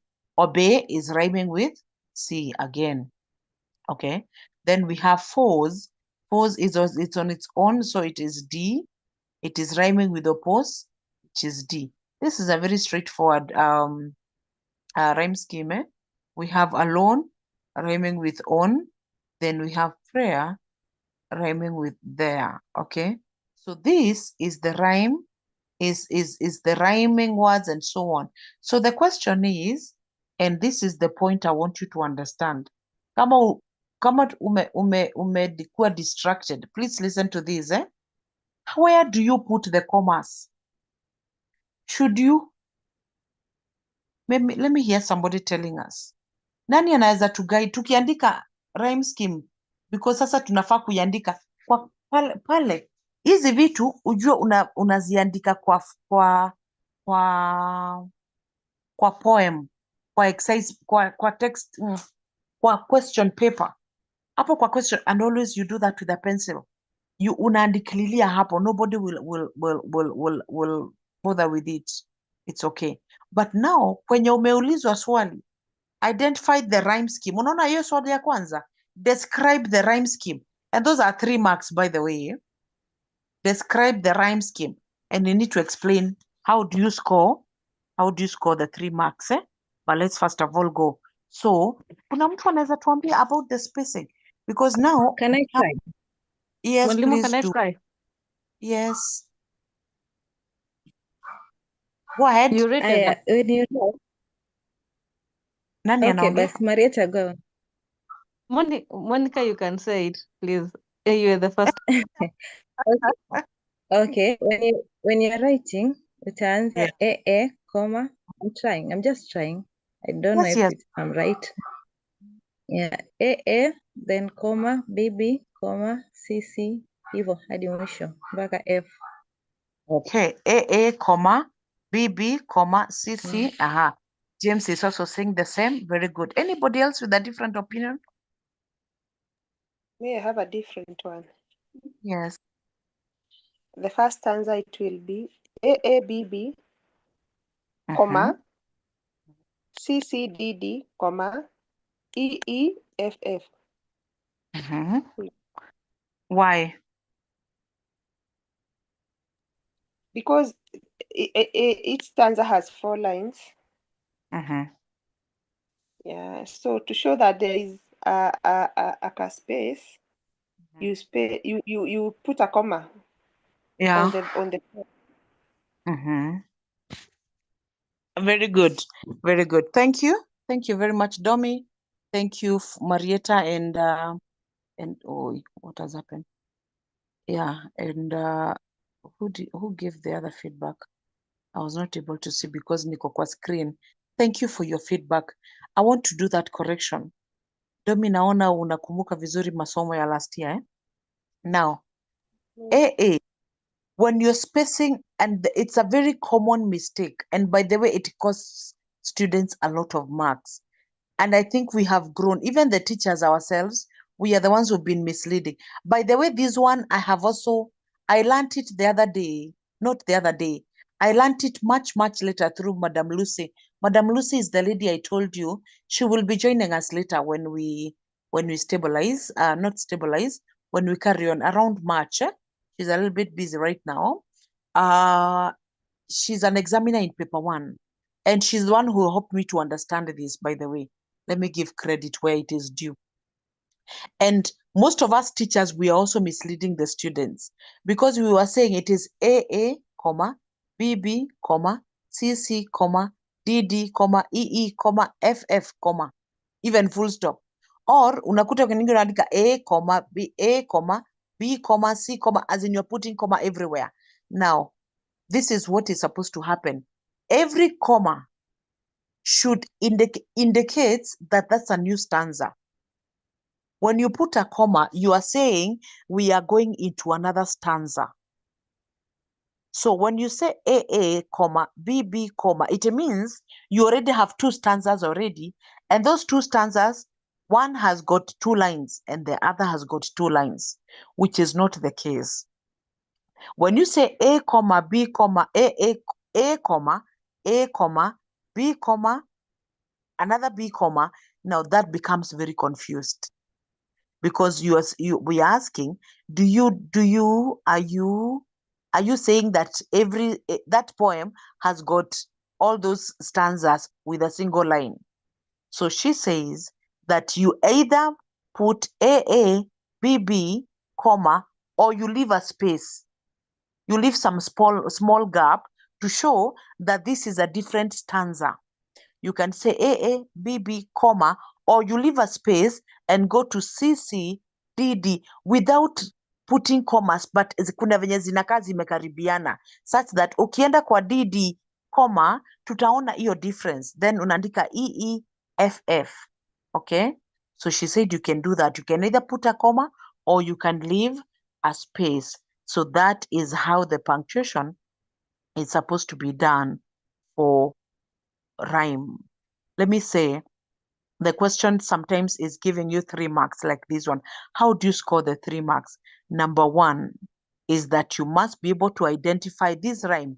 AA, BB, evil. Have you been able to identify that? Number 2, you are supposed to say, hata kama hujaambiwa, unafaa kusay whether is it regular or irregular. You must say why. You must say what it is. Ukiandika A, B, B, C, C hivyo, alafu uachane nayo, you will only score 1 mark. Hautakuwa penalized. Aha. James, unasema gani? Hiyo ya commas. Ni gani ungetaka ni illustrate? Okay, fine. A minute, I'm coming back. Let me finish this thought. So when you are answering this question so that you can get 3 marks, what do? 1, you make sure you write the scheme well. A, B, B, C, C, D, D, hivyo. Now punctuate vizuri. That is 1 mark. Number 2, you tell us whether it is a regular or irregular rhyme scheme. And we can see what we have here. This is a regular one. Regular means it is predictable. Tunaona A, B, B, C, C, D, D, E, F, F, G, G, H, H, I, as in we can almost tell what will come next. It necessarily doesn't have to be this straightforward. It can be something subtle, but you can almost tell if inaenda A, B, B, C, D, D, A, something like that. Kuna pattern kako. So we call that regular. Kuna zingine hazina rhyme scheme at all. Remember, coming up with the rhyme scheme is a lot of work. And most of the poets do not want that work. Why unaandika tu bora uandike, bora you communicate your thoughts. You don't want to find time kwanza kujiuliza which other word goes with this so that this can rhyme. It's a lot of work. And so therefore some poets will just write without. So hiyo nayo ukianza kuiweka rhyme scheme, utakuta inaanzia A, then sijui what, B, then A, then C, then F, funny things go too irregular. So you must say it is regular or irregular. And number 3, for you to score the 3rd mark, it is where you say, why is it regular? Why is it irregular? And the answer is always the same. It's always very obvious. Number 1, if it's regular, I hope you're writing down. If it is regular, you say that because the pattern is predictable. The pattern is predictable. Or if it's irregular, you say the pattern is unpredictable. It is random. It cannot be predicted. It cannot be predicted. All right. I want to repeat that part for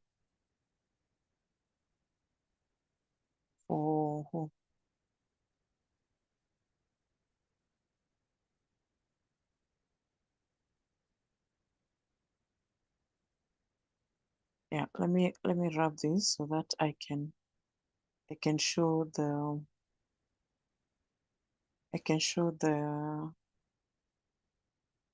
punctuation.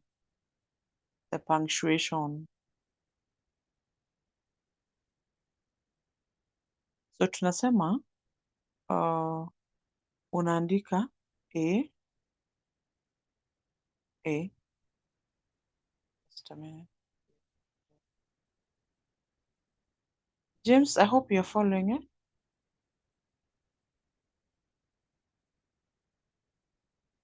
Comma. Hiyo nimeandika hivyo ikaa crooked ni comma Then we have C.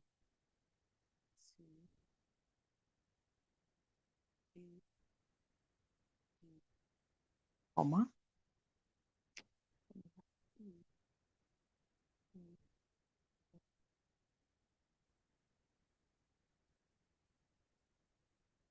Which is unlike, this is the correct one.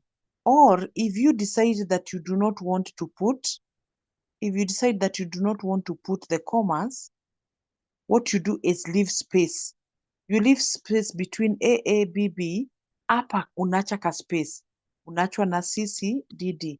For example, you say A. You say A,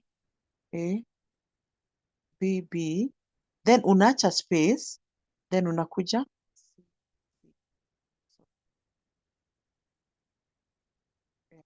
Umeacha ka space kenye kako visible. Unaona hapo kuna space. Unlike venye unaona hapa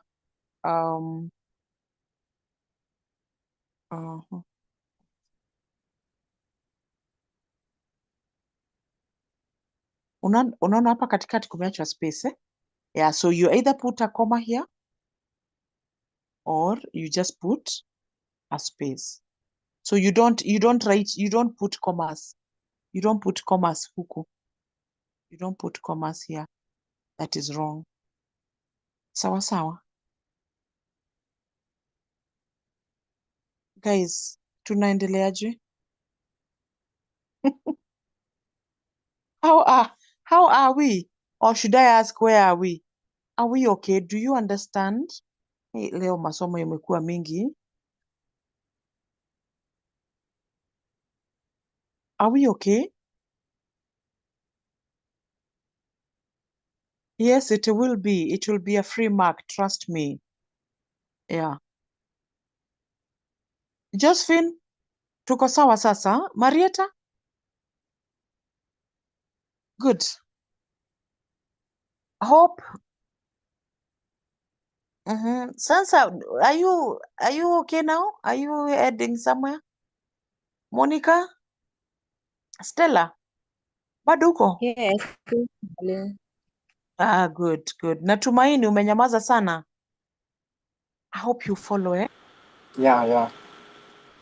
Thank you. Now, naona we have 5 minutes to time. Na mi guys nimechoka. Nimechoka. Now, if you look, let me answer one more question tumalize hii class. The next one, we will carry on. Like, remember I told you, I'm not in a hurry to finish. Hakuna mtu atatuangalilia saa. We move at our pace. We move at our pace. Aya. Yes, sensa polepole tu, do not worry. Ukisikia kama tumekukimbiza sana, we tukubalishe tukimbie, lakini kuja kwa inbox uniambie kuna mahali tulikimbia sana nikaachwa nyuma. I will gladly and cheerfully put you on track, eh? Sijali. Now, what was the next question? Maybe somebody read for us. Have we answered question number 1?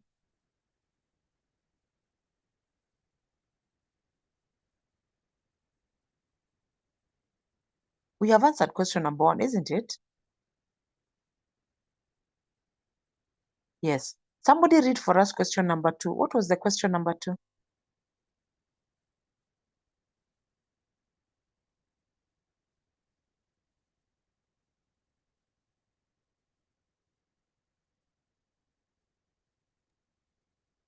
Identify any two styles used apart from rhyme. The ones niliwape, zenye niliwape pale beginning. Hizo mi sina, nimeingia late. Wendo is writing describe the rhyme scheme. Hiyo ndio swali yenye tuliandika question number 2, eh? Zile tulianzia pale mwanzo. Tukisema the ones that are commonly tested, eh? Ndio hiyo. Na sasa tumeandika rhyme scheme. So at least we've even answered question number 2. If that was the question. What was question number 3?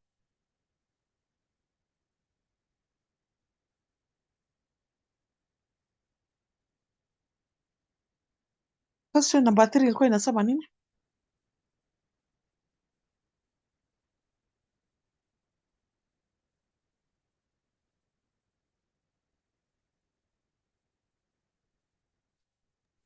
How is rhythm achieved in this poem? Thank you, Domi. Thank you, Wendo. Yes, how is rhythm achieved in this poem? This one I will do it in less than 5 minutes and then we are done. Now listen. Kuna mahali niliwaambia repetition inakujia. Repetition is not a sound pattern. Please do not give, usiambiwe identify sound patterns, alafu uandike repetition. Why is it not a sound pattern? If I had time, ningetaka kuwasikiza venye mnasema, why is it not a sound pattern? It is not a sound pattern because alliteration, assonance, consonance, and rhyme deal with the vowel sound or the consonant sound. Zina deal na sounds peke yake. But repetition haidilingi na sound. deal na the whole word. Stand up for Jesus. So we are repeating the whole word. Stand. Stand is not a syllable, is not a sound, it is a whole word. Stand up for Jesus. For Jesus has been repeated. So when we say the whole poem, so you cannot say that Jesus or for Jesus is a sound. It is not a sound. It is a whole word. And that's why it does not fall under sound patterns. I hope that is clear now. But the reason why it looks like it's a sound pattern is because kazi yake inafanana na ya sound patterns.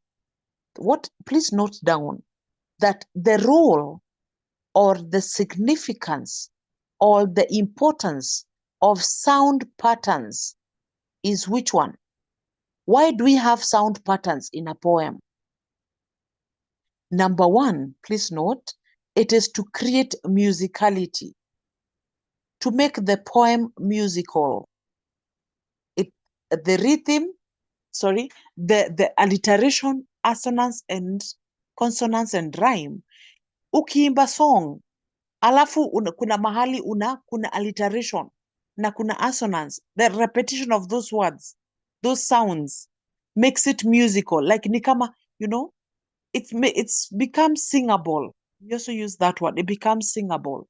It makes it musical. Number two, it creates rhythm. It's almost the same point, but it creates rhythm. Kuna ka rhythm, ni kama hata unaweza gonga desk, ama meza, when that song, that poem is being said. Why? Because kuna ka rhythm. Especially when you talk about the rhyme scheme. Kuna ka rhythm kako hapo, the way tunarudia. And nowadays, I keep telling my students the way I get so annoyed by the amount of repetition that I hear and see in songs. During our times, our songs, those are those days. We only repeat the chorus. Yes. Sasa naona hata siku hizi hamna chorus. You do not recognize the chorus at all. The repetition of the chorus was so important. Yani hakuna song haingekuwa na chorus. But sasa the problem is, this generation, you have decided there is no chorus to repeat, but you repeat one line, the whole song. The whole song, you repeat a whole. Who even does that? How do you? Hata hakuna message. Una repeat. Hey, you people, no wonder we can't do these your songs. So, but the point is the repetition of that word. That is why maybe for the people who are relevant for that group, the song becomes a hit. Iyo kurudia tu, unauliza mtu, ni nini unarudia? What message is there? Hata hakuna message. Ni venye tu iko na rhythm, iko na beats, iko na hizo, I don't know what you call them. Or let me not embarrass myself. But we are saying that because of the sound patterns, there is rhythm, it's musical. And number three, it makes the poem memorable. Memorable. Okay, that's another role of rhythm, because that is a question you can be asked under that. What is the role of the rhythm in the sound patterns in or the sound patterns in the poem? So makes it musical, makes it creates rhythm and makes it memorable. So now, umeona hizo vitu tumesema, repetition inafanyanga the same thing. Repetition, when you repeat those words, not sounds, remember this time, when you repeat those words, it creates musicality, it creates rhythm, it makes it memorable. Song yenye tu iko na places unarudia, by the way, it's so easy to remember it. Because the more you repeat, the more you remember. And it's the same thing even with your studies and everything about life. Everything, something you keep doing many times, you remember. You can even do it with your eyes closed. If you're familiar with your house, hata ukifungua mlango alafu hata usiwakishe stima, walk in the dark, you will not stumble. Hautagongwa na kidole kadogo, agongwe na meza. No. because you know that house. You have created, there's so much repetition of getting into that house. You almost, hawezi sahau. And it's the same thing with academics also. The more you keep doing, the better you become. Because umezoea kuifanya, you can even do it with your eyes closed. Wacha nisianze na your line. So, good people, when you asked that question, how do you achieve rhythm? How has the poet achieved rhythm? Or how has the rhythm been achieved in this poem? You go straight to the answers and say, number 1, use of alliteration. Alafu napeana example ya alliteration. Remember to underline. Number 2, use of assonance. Alafu you go ahead and write the sentence where there is assonance. Remember to underline the sound where assonance is found. Use of repetition. Remember to write the words that have been repeated and say, stand up for Jesus has been repeated. And there you go. You find yourself with your 5 marks or 3 marks or 2 marks. Why do you say that the exam is hard? What is so hard really? The most important thing is for you to practice so that when you practice, it becomes much, much easier because you have interacted with so much of it. And ladies and gentlemen, our time is up. Next time, next week, maybe, I don't know. I want to hear from you. First of all, I hope you'll be there next week. Okay, whether you'll be there or not, please tell me. Next week, what would you want us to do? Do we finish up on something on oral skills, or should we go on to the set books? Please talk to me. And the set books, if you talk about set books, please tell me, because by now, I expect that we have read The Fathers of Nations or The Samaritan. Unafaa kusoma moja. At least kama hujasoma, aki wewe hauko serious. Hauko serious at all. At least ukuwa umesoma moja. Na tulisema hata ukisoma, yes, as you ukisoma, go to my YouTube channel. I'm sure by now all of you know it, I hope. Go to my YouTube channel and please listen to the analysis I've done, because it's chapter by chapter, act by act. Itakusaidia. So there's no excuse. There's no excuse. So how would you want us to go about the set books? Do we look at it like tunachambua the book, or do you want us to go like into the excerpt, then we look into it through the excerpt? Ama tuendelee tu na oral skills kwanza? Please advise. Whatever you say, me, I'm fine. Can handle anything. Haraka haraka ndio twende.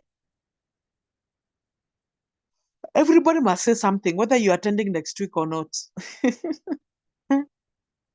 Yeah. Start typing there or unmute.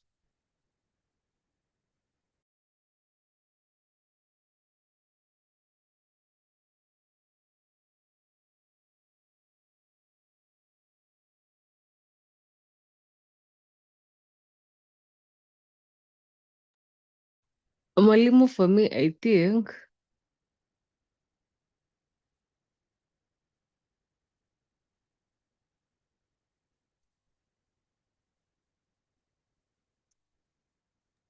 Yes. I think it's better we finish first the oral skills before starting the set books. At least tusichanganyikiwe. Unajua tunazeeka haki. Tunakuanga saa zingine tumechoka. Mind is not able to handle 1,001 things. Munataka mutaratibu.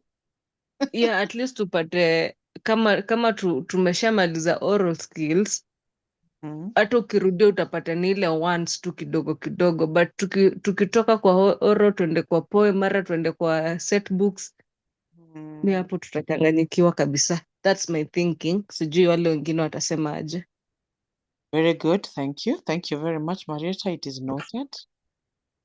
Mwalimu, me I'll support Marieta on the term, as in tumalizane na oral literature, because I think kuna narratives pia, we have to read oral narrative, I think something like so.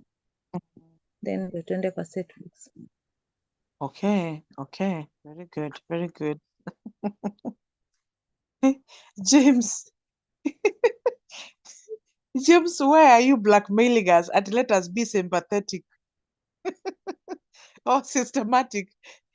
Nimeshangaa sasa sympathetic. Kwani I'm not showing sympathy. Sawa. No problem. I see you. I see you. Sawa. So Wendo is saying finish oral skills so that when we start the set books, we have finished with the oral skills. Very good. My opinion is let's dwell on the oral as we continue to reading the books when we start it later after we have done with the orals. Very good. Very good. Anybody?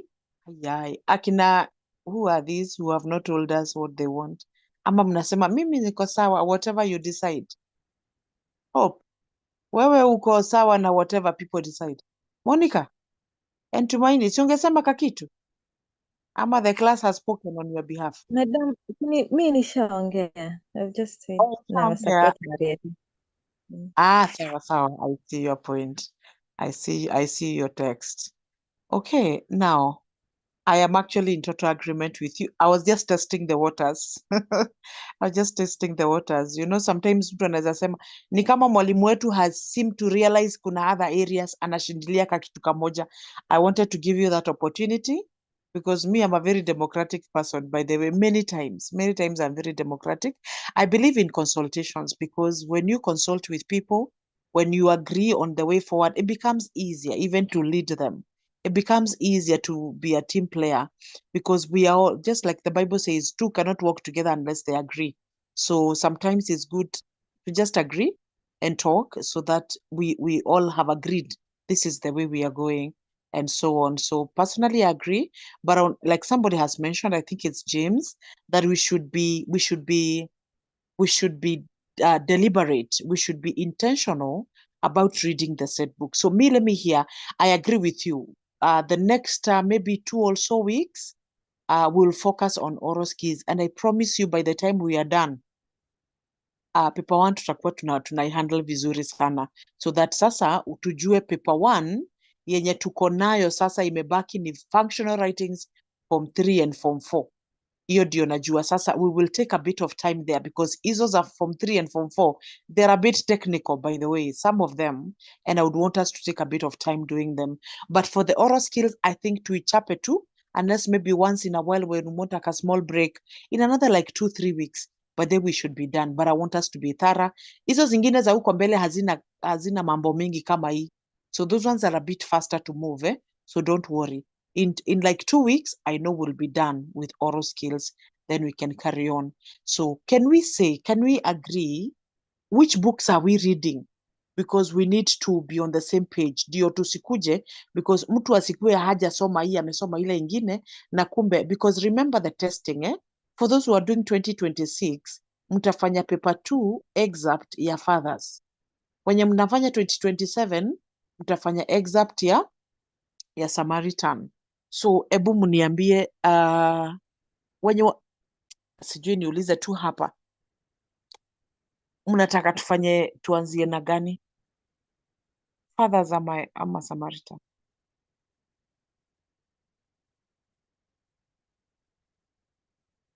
Fathers. Ukisema fathers ni kumaanisha tunafanya exam this year. Domi, you're even giving us a schedule. Tuanzie na fathers, then Samaritan. Very good. Wendo, you are saying fathers. Josephine, fathers. What do the others think? Are you okay with the fathers? So that we are able to handle. Fathers, mwalimu. Yes. Fathers. Then I have a question. Yes. I have a question. Yeah, what about the short stories? Because hapo pia somehow zinachanganya. There's that Parliament of Oz. There's the other one. So we're just reading zote. We don't know which is which. If time allows, I encourage students to read all of them. Read the Parliament of Owls and also read the short stories. Read for the sake of it. Read sometimes with an intention of, what if I attempt this question in an exam? And because we have time, by the way, like the Silent Song, there are 14 stories. I know some of them are long, like the sins of our fathers, they are long, but wengine ni too short. Kama kina Ninema, they are short, you know, and you can read them. And I don't know, the other day I was wondering, yani hakuna audio ya hizi vitabu, hakuna audio book. Anyway, but I know once I settle down, I'll start doing the analysis of the silent song. I'll be doing the storyline, the plot, and then the themes, the characters, and so on. I'm sure in this lifetime, you will come across them. But I want to encourage you, whatever it takes, for you to read this Parliament, read the silent song. Of course, in the exam, you'll be given a question for all of them. You'll be given a song. The question number 3, you'll be allowed to choose. You'll be allowed to choose between one question between the Parliament of Owls, the silent song, or the Artist of the Floating World. The advantage of reading even if you don't read the 3 of them, you have read the Parliament and the silent song, is because you have the space to choose. Unaweza ingia exam room ukute Parliament is easier this time than silent song, ama uangalie swali ya silent song uone venye wameuliza mambo ya checkmate, ni kama we would prefer to answer the question on checkmate because you understand it better as compared to Parliament of Owls. So when you read them, when you read both, you have an advantage. And I encourage, because we have time, why don't you read both of them so that you'll also have the space to also practice with more. But if you don't have the time, these are where people choose. When you're dealing with men, I'm avoiding using the word boys. Like when you may use the word boys. When I'm in boys' schools, they do not want to hear the silent song at all. Wanasikianga kama 14 stories in my head. Wanasikia, that's a lot. But the girls have no problem with the silent song. Why? Because, sissy ladies, we can keep a lot in our head. So remembering the 14 stories is not an issue. I hope you have heard that story of how women can remember things for very many years. We forget what we won't forget. So girls have no problem with remembering 14 stories. But the young men, them, they're like, apana, give me one story. Let me deal with the birds. Let me deal with the owls. Let me deal with Aramtidi. But usinipe hizo 14 stories. So I am always very hesitant to say, pick this, leave the other one. Why? Because it's not in my place. You are the one who looks at yourself and asks yourself, but again, you'll never be able to tell which book to pay attention to unless you have read both of them. So somehow you may have to, usisikize venye watu wanasema ati unajua Parliament inakanga hivi, unajua silent song inakanga hivi. You need to have that experience for yourself. Read the Parliament, ipitie tu once. Read the silent song, read various stories. Ndio ukimake decision, you're making from a point of information. So I wouldn't say, but I know by the time tunaingia second term, tutakuwa tumechapa paper 1 vizuri and paper 2 tutakuwa my intention is by the time tunamaliza term 1, tukiingia April, my intention is tumepambana na nini, tunapambana na paper 2 vizuri na paper 3. Paper 2 na paper 3, because paper 1 tutakuwa tumemalizana nayo. So don't worry, set books will have a lot of time to deal with the set books. Yeah, so I don't know whether I have answered your question. I don't know whether I have left you worse. Please let me know. Yes. Just when you're saying kunazo on YouTube, the audios, zile audios unasikiza tu, like the story, like, unaona the Bible audios. Kama unajua the audio Bibles where unasikiza tu the storyline, unasikia what Jesus did in the book of Mark, chapter 10, the way they have very nice audios. Chapter 11, chapter 12, I was looking for something like that. I'd really be very happy to see something like that. You can listen as you drive, as you go to work, as you are working. Yes, please, in the group, you can share with us, maybe that link. Yeah, the one for the audios. I would really love to see that. All right, so I think, good people, I'll be sharing with you. I'll send you a poem. Aki, I hope I'll remember to send you a poem.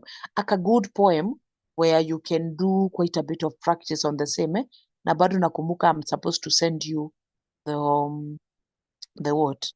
The close tests. Yes, nakumbuka hivyo. So I'll send you. Ndio wenye wanataka kufanya wafanye, so that we can help them and support them. it's already 19 past. Tumalize hii class. See, tukue na good night, and may you have a good night and see you tomorrow in the morning. For what? Is it Kiswahili? Or what do you have tomorrow morning? Chemistry, yes. Madam Phoebe will be taking us through chemistry. Yeah. Anything else? And remember, by the way, if you have any concern, any feedback that places you'd want us to improve, always feel free to tell us. Yeah, we are open. We would love to hear where we are not serving you well, because by the end of the day, that's our drive. Otherwise, hakuna haja ya waste all the time here talking to you na kumbe unashanga, what is wrong with these people? Are they aware how they are offering us substandard? Always let us know. Yeah, mwalimu ungefanya hivi, we would be happier. It would serve us better. We're always willing to adjust as long as it is humanly possible. All right. Good night. See you tomorrow morning. Sawa? Yes, Good night, Rosemary. guys. Kesho Good. mapema na mimi ni kama mtakuwa mnaniamsha. Unajua nashangaa hii simu haina nini, hii group chat haina, naonanga group zingine zikiwa na place for making a group call where unaweza piga nini, inaamsha watu. Lakini tuweke alarm, maybe weka alarm tuone kama my alarm, I have an alarm. Okay, I wake up a Mwalimu bit hata hiyo early. alarm sisikii yaki. Sasa kama usikii alarm, group chat ndio itakusaidia kweli. Mwambie watu wakuamsha kwa nyumba. Kama leo wewe uliingia kweli? No, leo jana sijaingia. But okay, nitajaribu kuamka. Please, let's try. Put many alarms, alafu uweke snooze for every 3 minutes. Okay, so All right. thank you. Good night. Good night. See you tomorrow. It's true. Alarm is the best. Alarm husaidia.